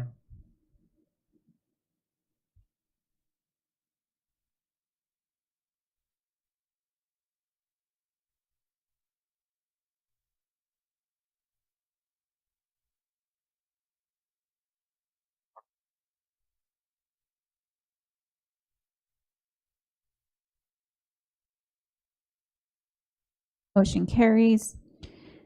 9.5, approval of proposed increase in salary, all management personnel certificated and classified.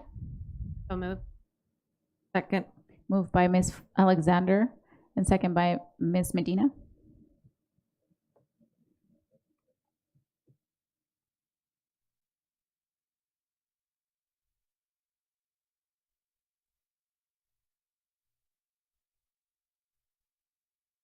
Dr. Wyatt. Dr. Wyatt, sorry. Aye. Dr. Wyatt for a vote for Aye the third 9.5. time. Oh, aye. 3 times. Sorry. Motion carries. 9.6, approval of proposed community workforce agreement. Oh, sorry, that one we already did. 10.0, consent items. 10.1, approval of consent items. Moved. Second. Sorry, and before that, was there any items to pull? All right. I'm sorry, who made the motion? Ms. Medina made the motion. Ms. Felicia seconded. Ms. Alexander. Dr. Wyatt. Aye.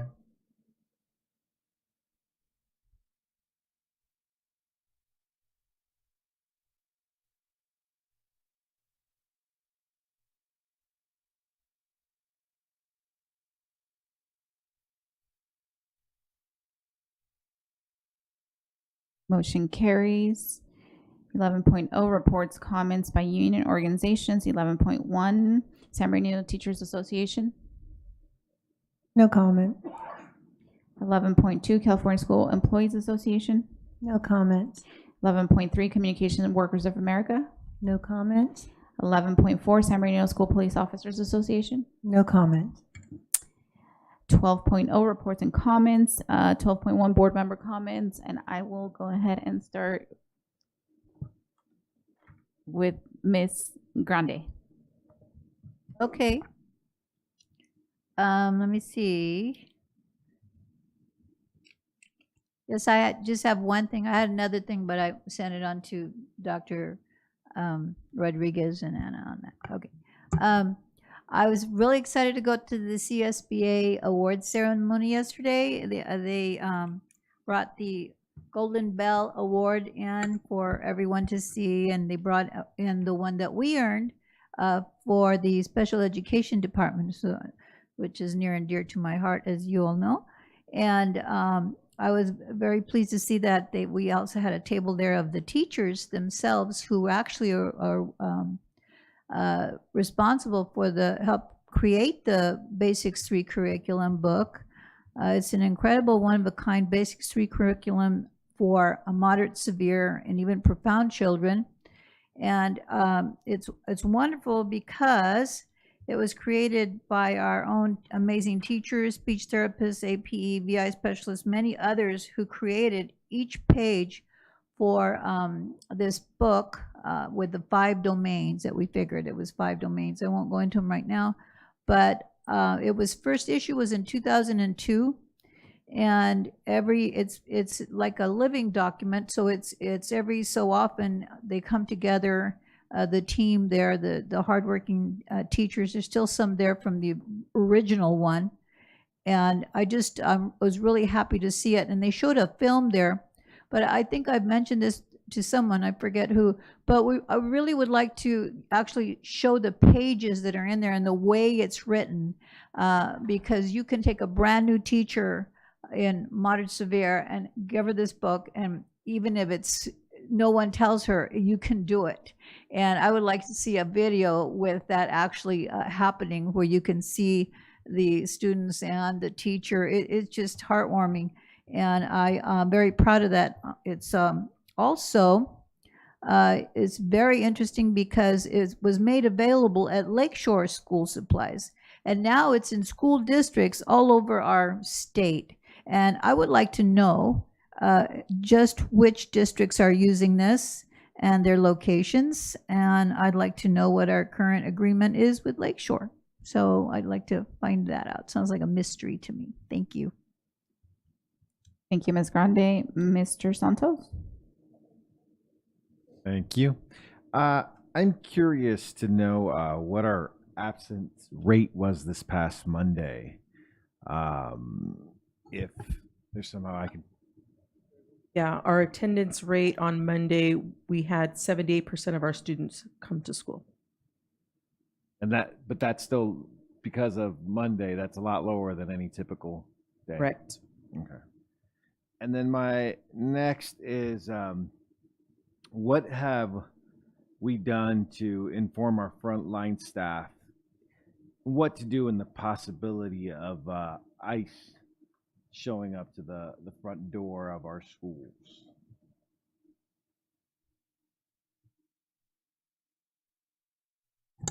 We can provide everything that we've done in the Friday update because it's a laundry list. Yeah. Great question. Mr. Tillman? Ms. Medina? Ms. Alexander? Well, I would like to say thank you to all the students and their families who came out and participated in both parades, the Martin Luther King Parade and the Black History Parade. And thank you to the staff, everybody that just was a part of the whole process. Special shout out to our communications team. Mary Roan and her team did an absolutely amazing job for just, the coordination, because it didn't just happen overnight, to making sure that what we saw on Martin Luther King celebration, that was different for our Black History Parade. So really appreciate just all that was a part of that process. And then also the family engagement team, I think, was out there in great numbers too. So just wanted to give a special shout out. Also wanted to give a special acknowledgement to Mr. Wing, who received an award from the Black Chamber. And then also the other people that received recognition, so let me give their names, for the Black Culture Award, Lawrence Hardy and Principal Elizabeth Benoit, and also Taylor Griffin, who is a student from Pacific High School. Just wanted to give them acknowledgement and congratulations. They received the Black Rose Award this past weekend. And then we also had a lot going on last week, but I'm not sure if y'all know, we had a spelling bee. Our school district did, and for the young man who won, Mr. Keith Johnson, who I believe goes to Richardson Prep, for winning. And then I had an opportunity to attend a workshop, an A through G requirement workshop that was actually put on by the Family Engagement Office, and also collaborated with the Second Ed education team with Dr. Kumi. But Mia Cooper put on a really good workshop focused on A through G requirements, helping middle school parents get prepared. And I thought it was great just to, be able to give them that information so they can start preparing. But one of the areas that stood out the most to me was I didn't know that if you have students in a district and you want them to learn a second language, we can have them sign up for Rosetta Stone for free. So I thought that was a pretty interesting point and something to share. Also, Jobs for California, there was a installation of officers at San Gregorio.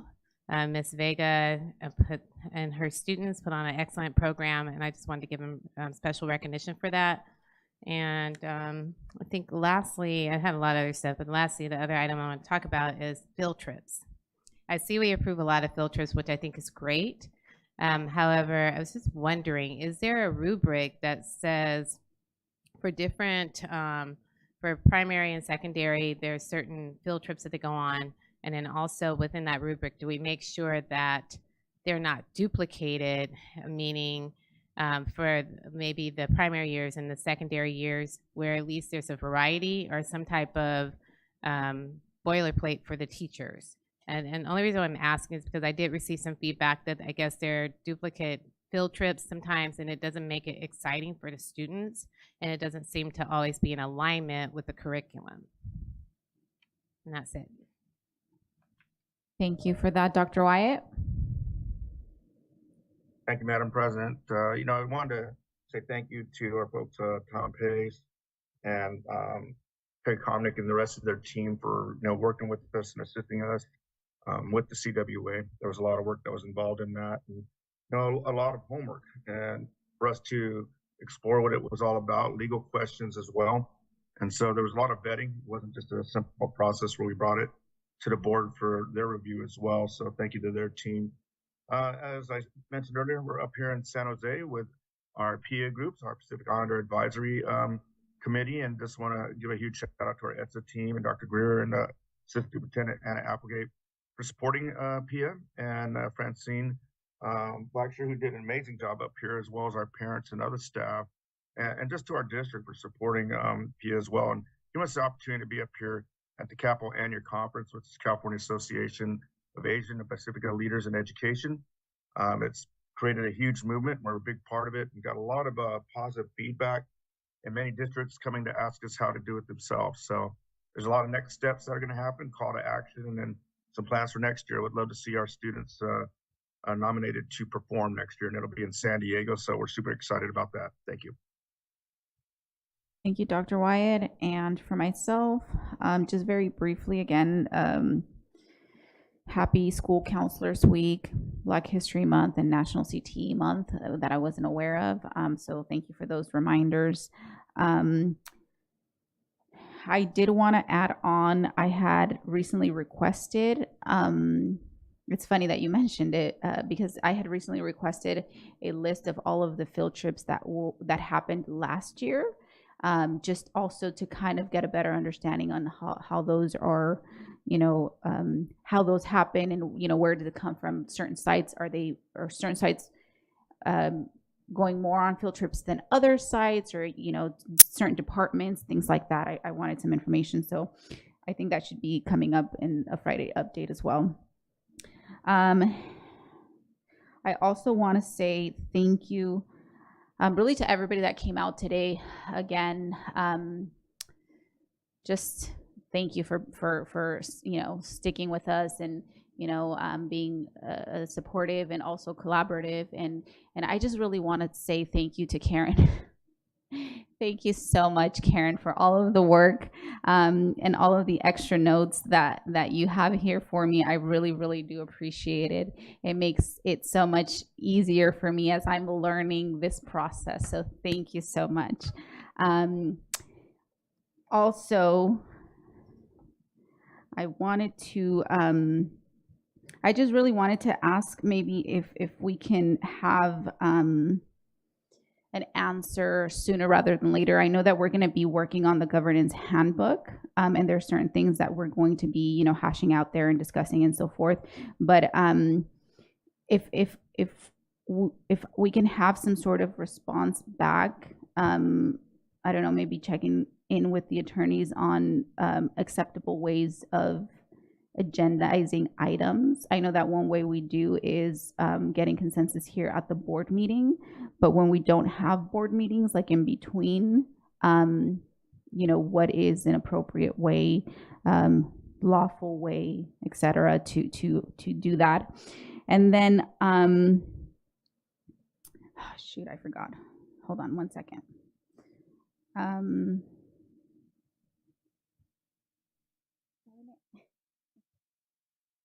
There's one more thing. Yeah, no, I forgot. It'll probably come back in a little bit. So I'm gonna pass it on to Superintendent. If it comes back, I'll make mention of it. Thank you. Thank you, President Ceballos. Let me start just by thanking Suda and her team for the presentation today, and really give kudos to teacher Ms. Mercer and principal Dr. Raimundo.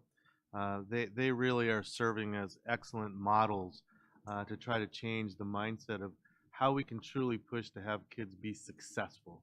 I was just sharing with President Ceballos that when I was walking through, as a matter of fact, Arroyo Valley and Pacific recently, just in the last couple of weeks, I had noticed that 4-point rubric. And at Pacific, all the teachers across the entire school are using it. That took time, but that took a lot of trust, vulnerability, honest conversation. So I do commend Dr. Raimundo and her staff. And I know Mrs. Mercer and several teachers at Arroyo Valley have adopted that approach. So it's we're excited that that mindset is there. And I just want, I know in the past I've always said thanks to our school police for being here, our translator, and today I also want to throw props to Deshaun, man, who's done an excellent job keeping our DO clean. So thank you, sir. Appreciate you. So I just want to share some highlights, if I may. I want to thank Judy Penman, who is the executive director of the San Bernardino Chamber of Commerce, who has restarted that city leadership development cohort. And so she asked if she could bring that leadership cohort, which is made up of different people in the city, to learn about the city and have them become leaders in the city. They wanted to come look at our CTE program. So they were at Pacific High School to see our transportation pathway and our biomedicine pathway. So I just wanted to thank Judy Penman for helping us show off the great things that are happening in this district. Next slide. And as was mentioned, we attended the Dr. King Service Awards this past week, and want to congratulate Felicia Alexander for receiving the Ambassador Service Award for all the work that you've done. Brian Wing and the San Bernardino Teen Music Workshop was also recognized, and the San Bernardino City Unified School District was recognized for their partnership and work with them. So it was a great day, and Mr. Wallace, who is the executive director of the Black Chamber of Commerce, gave a great speech. I thought it was great, motivational, and just right on. So thank you for letting us be a part of that. Next slide. And as was mentioned also, I was so very pleased to see our district involved in both the Dr. Martin Luther King Day Parade and the Black History Parade.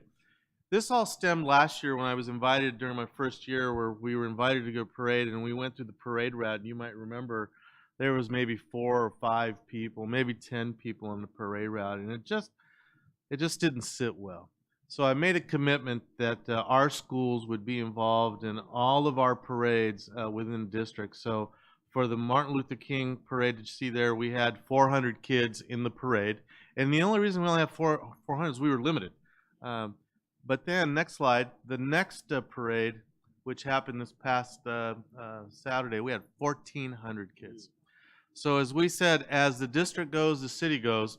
So from now on, the city and all the organizations have our full commitment to have our kids in the parades every day. So I just want to thank our principals, our teachers, our support staff, our parents, and our kids that showed up to really create that pride. And if you remember, our operational values and our multi-year vision both talk about developing pride within the district and developing pride within our community. So it was just a great 2 days. So thank you to everybody. And yes, I'm going to tag on the kudos to Mary Roan and your staff and family engagement and their staff for all of the work. And I know business services, school police chipped in. So thank you guys all for making the community all come together. Next slide.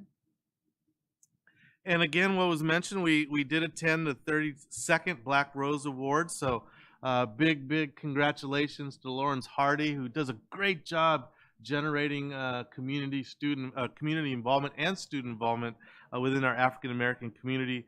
And then, of course, Elizabeth Cochran Benoit, who's been just an outstanding educator and principal. So kudos to both of them for being recognized. Next slide. And then we continue to have royalty here in the San Bernardino City Unified School District. So Anna Applegate was recognized, will be recognized as GAVI Administrator of the Year. And of course, that is because of the impact that she's had in the world of bilingual education, not only when she was a teacher, as a principal, as a director, but now as an assistant superintendent. So it's going to be great to be there at the GAVI conference and cheer her on as she gets her award. So congratulations, Anna. Well deserved. Well deserved. Next slide. I'll get you the information on that. Yeah. And I want to give a special shout out to San Andreas for being named a model continuation school. We just received that notice a couple of days ago. So at some point we'll get an opportunity to recognize Dory and her staff for all the work, for being a model continuation school. And on top of that, they just received their WASC review, which was glowing, the highest level of accreditation. So congratulations to San Andreas High School, the staff, and all the work that they're doing. Next slide. And then Middle College High School participated in the debate competition just last week. And of course, Middle College High School took first place as the debate team.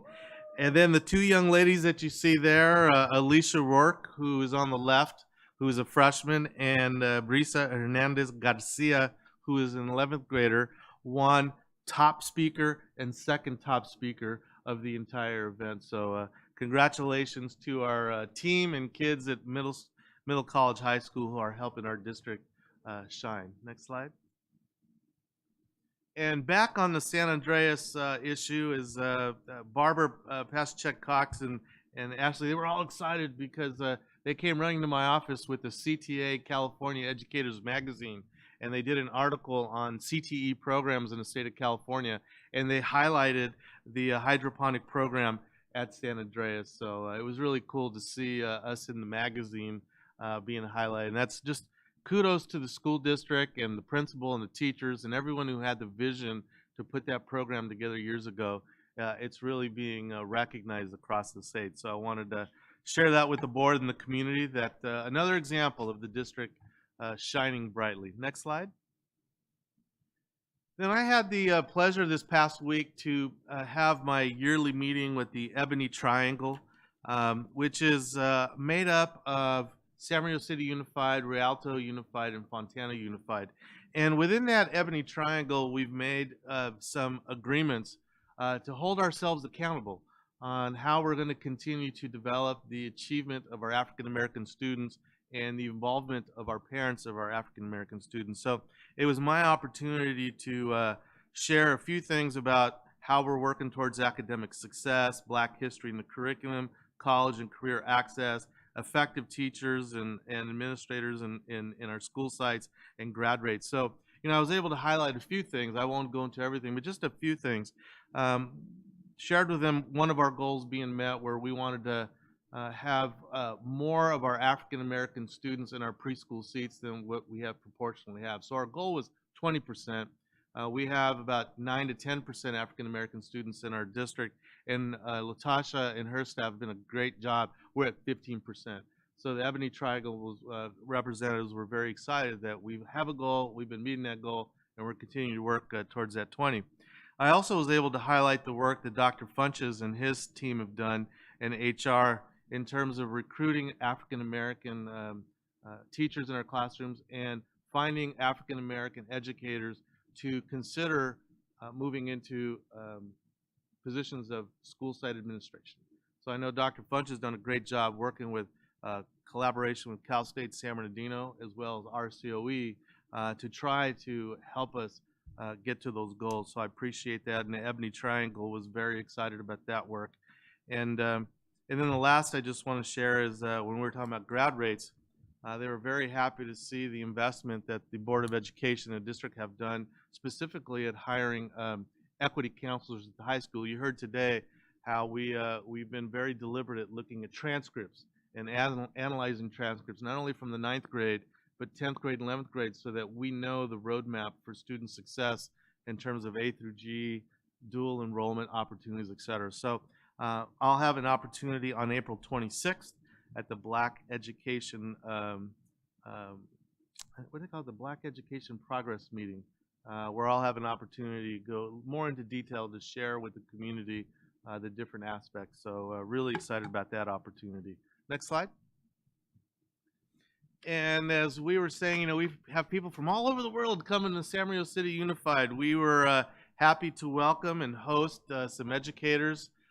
They were, I believe, middle school educators or high school educators from South Korea who had come to Cal State to really talk about STEM opportunities, and in their conversations had heard about our outstanding CTE program. So on a whim, they asked to come visit our manufacturing programs, our dental program at Cajon. So it was really nice to interact with them. And Suda, Anna, Alan Kay, Chelsea did a great job, as well as the teacher at Indian Springs High School who runs the manufacturing program.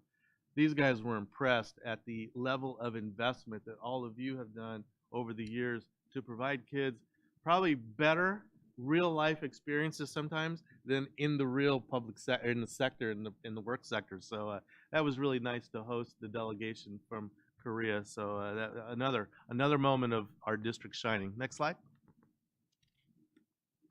And as was mentioned today, I wanted to formally highlight Keith Johnson, student at Richardson Prep High, who is our official spelling bee champion, and he will continue on into the county competition. Correct, Mayor Rowan? So we're going to be cheering on Keith, and he will no doubt do well. And then my last slide, I got to give out a shout out to a beautiful set of kids that I met when I was at Anton. As I was visiting school, these kids come walking by, and I asked the principal, I go, well, who are these kids? And well, this is the beautification club, Mr. Arano.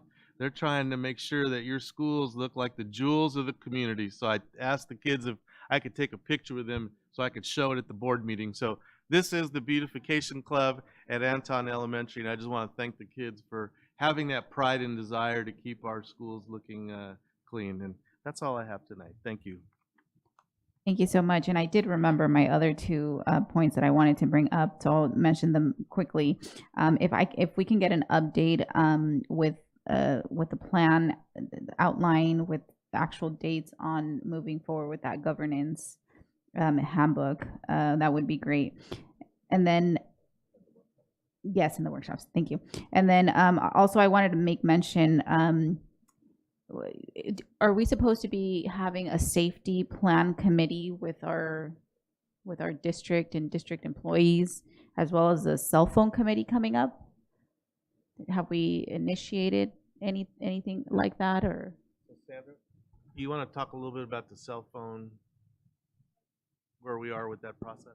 We just went Yes. So we do have a plan that we have started to work with in regards to the new legislation around the cell phones. And so I can include it in the Friday update.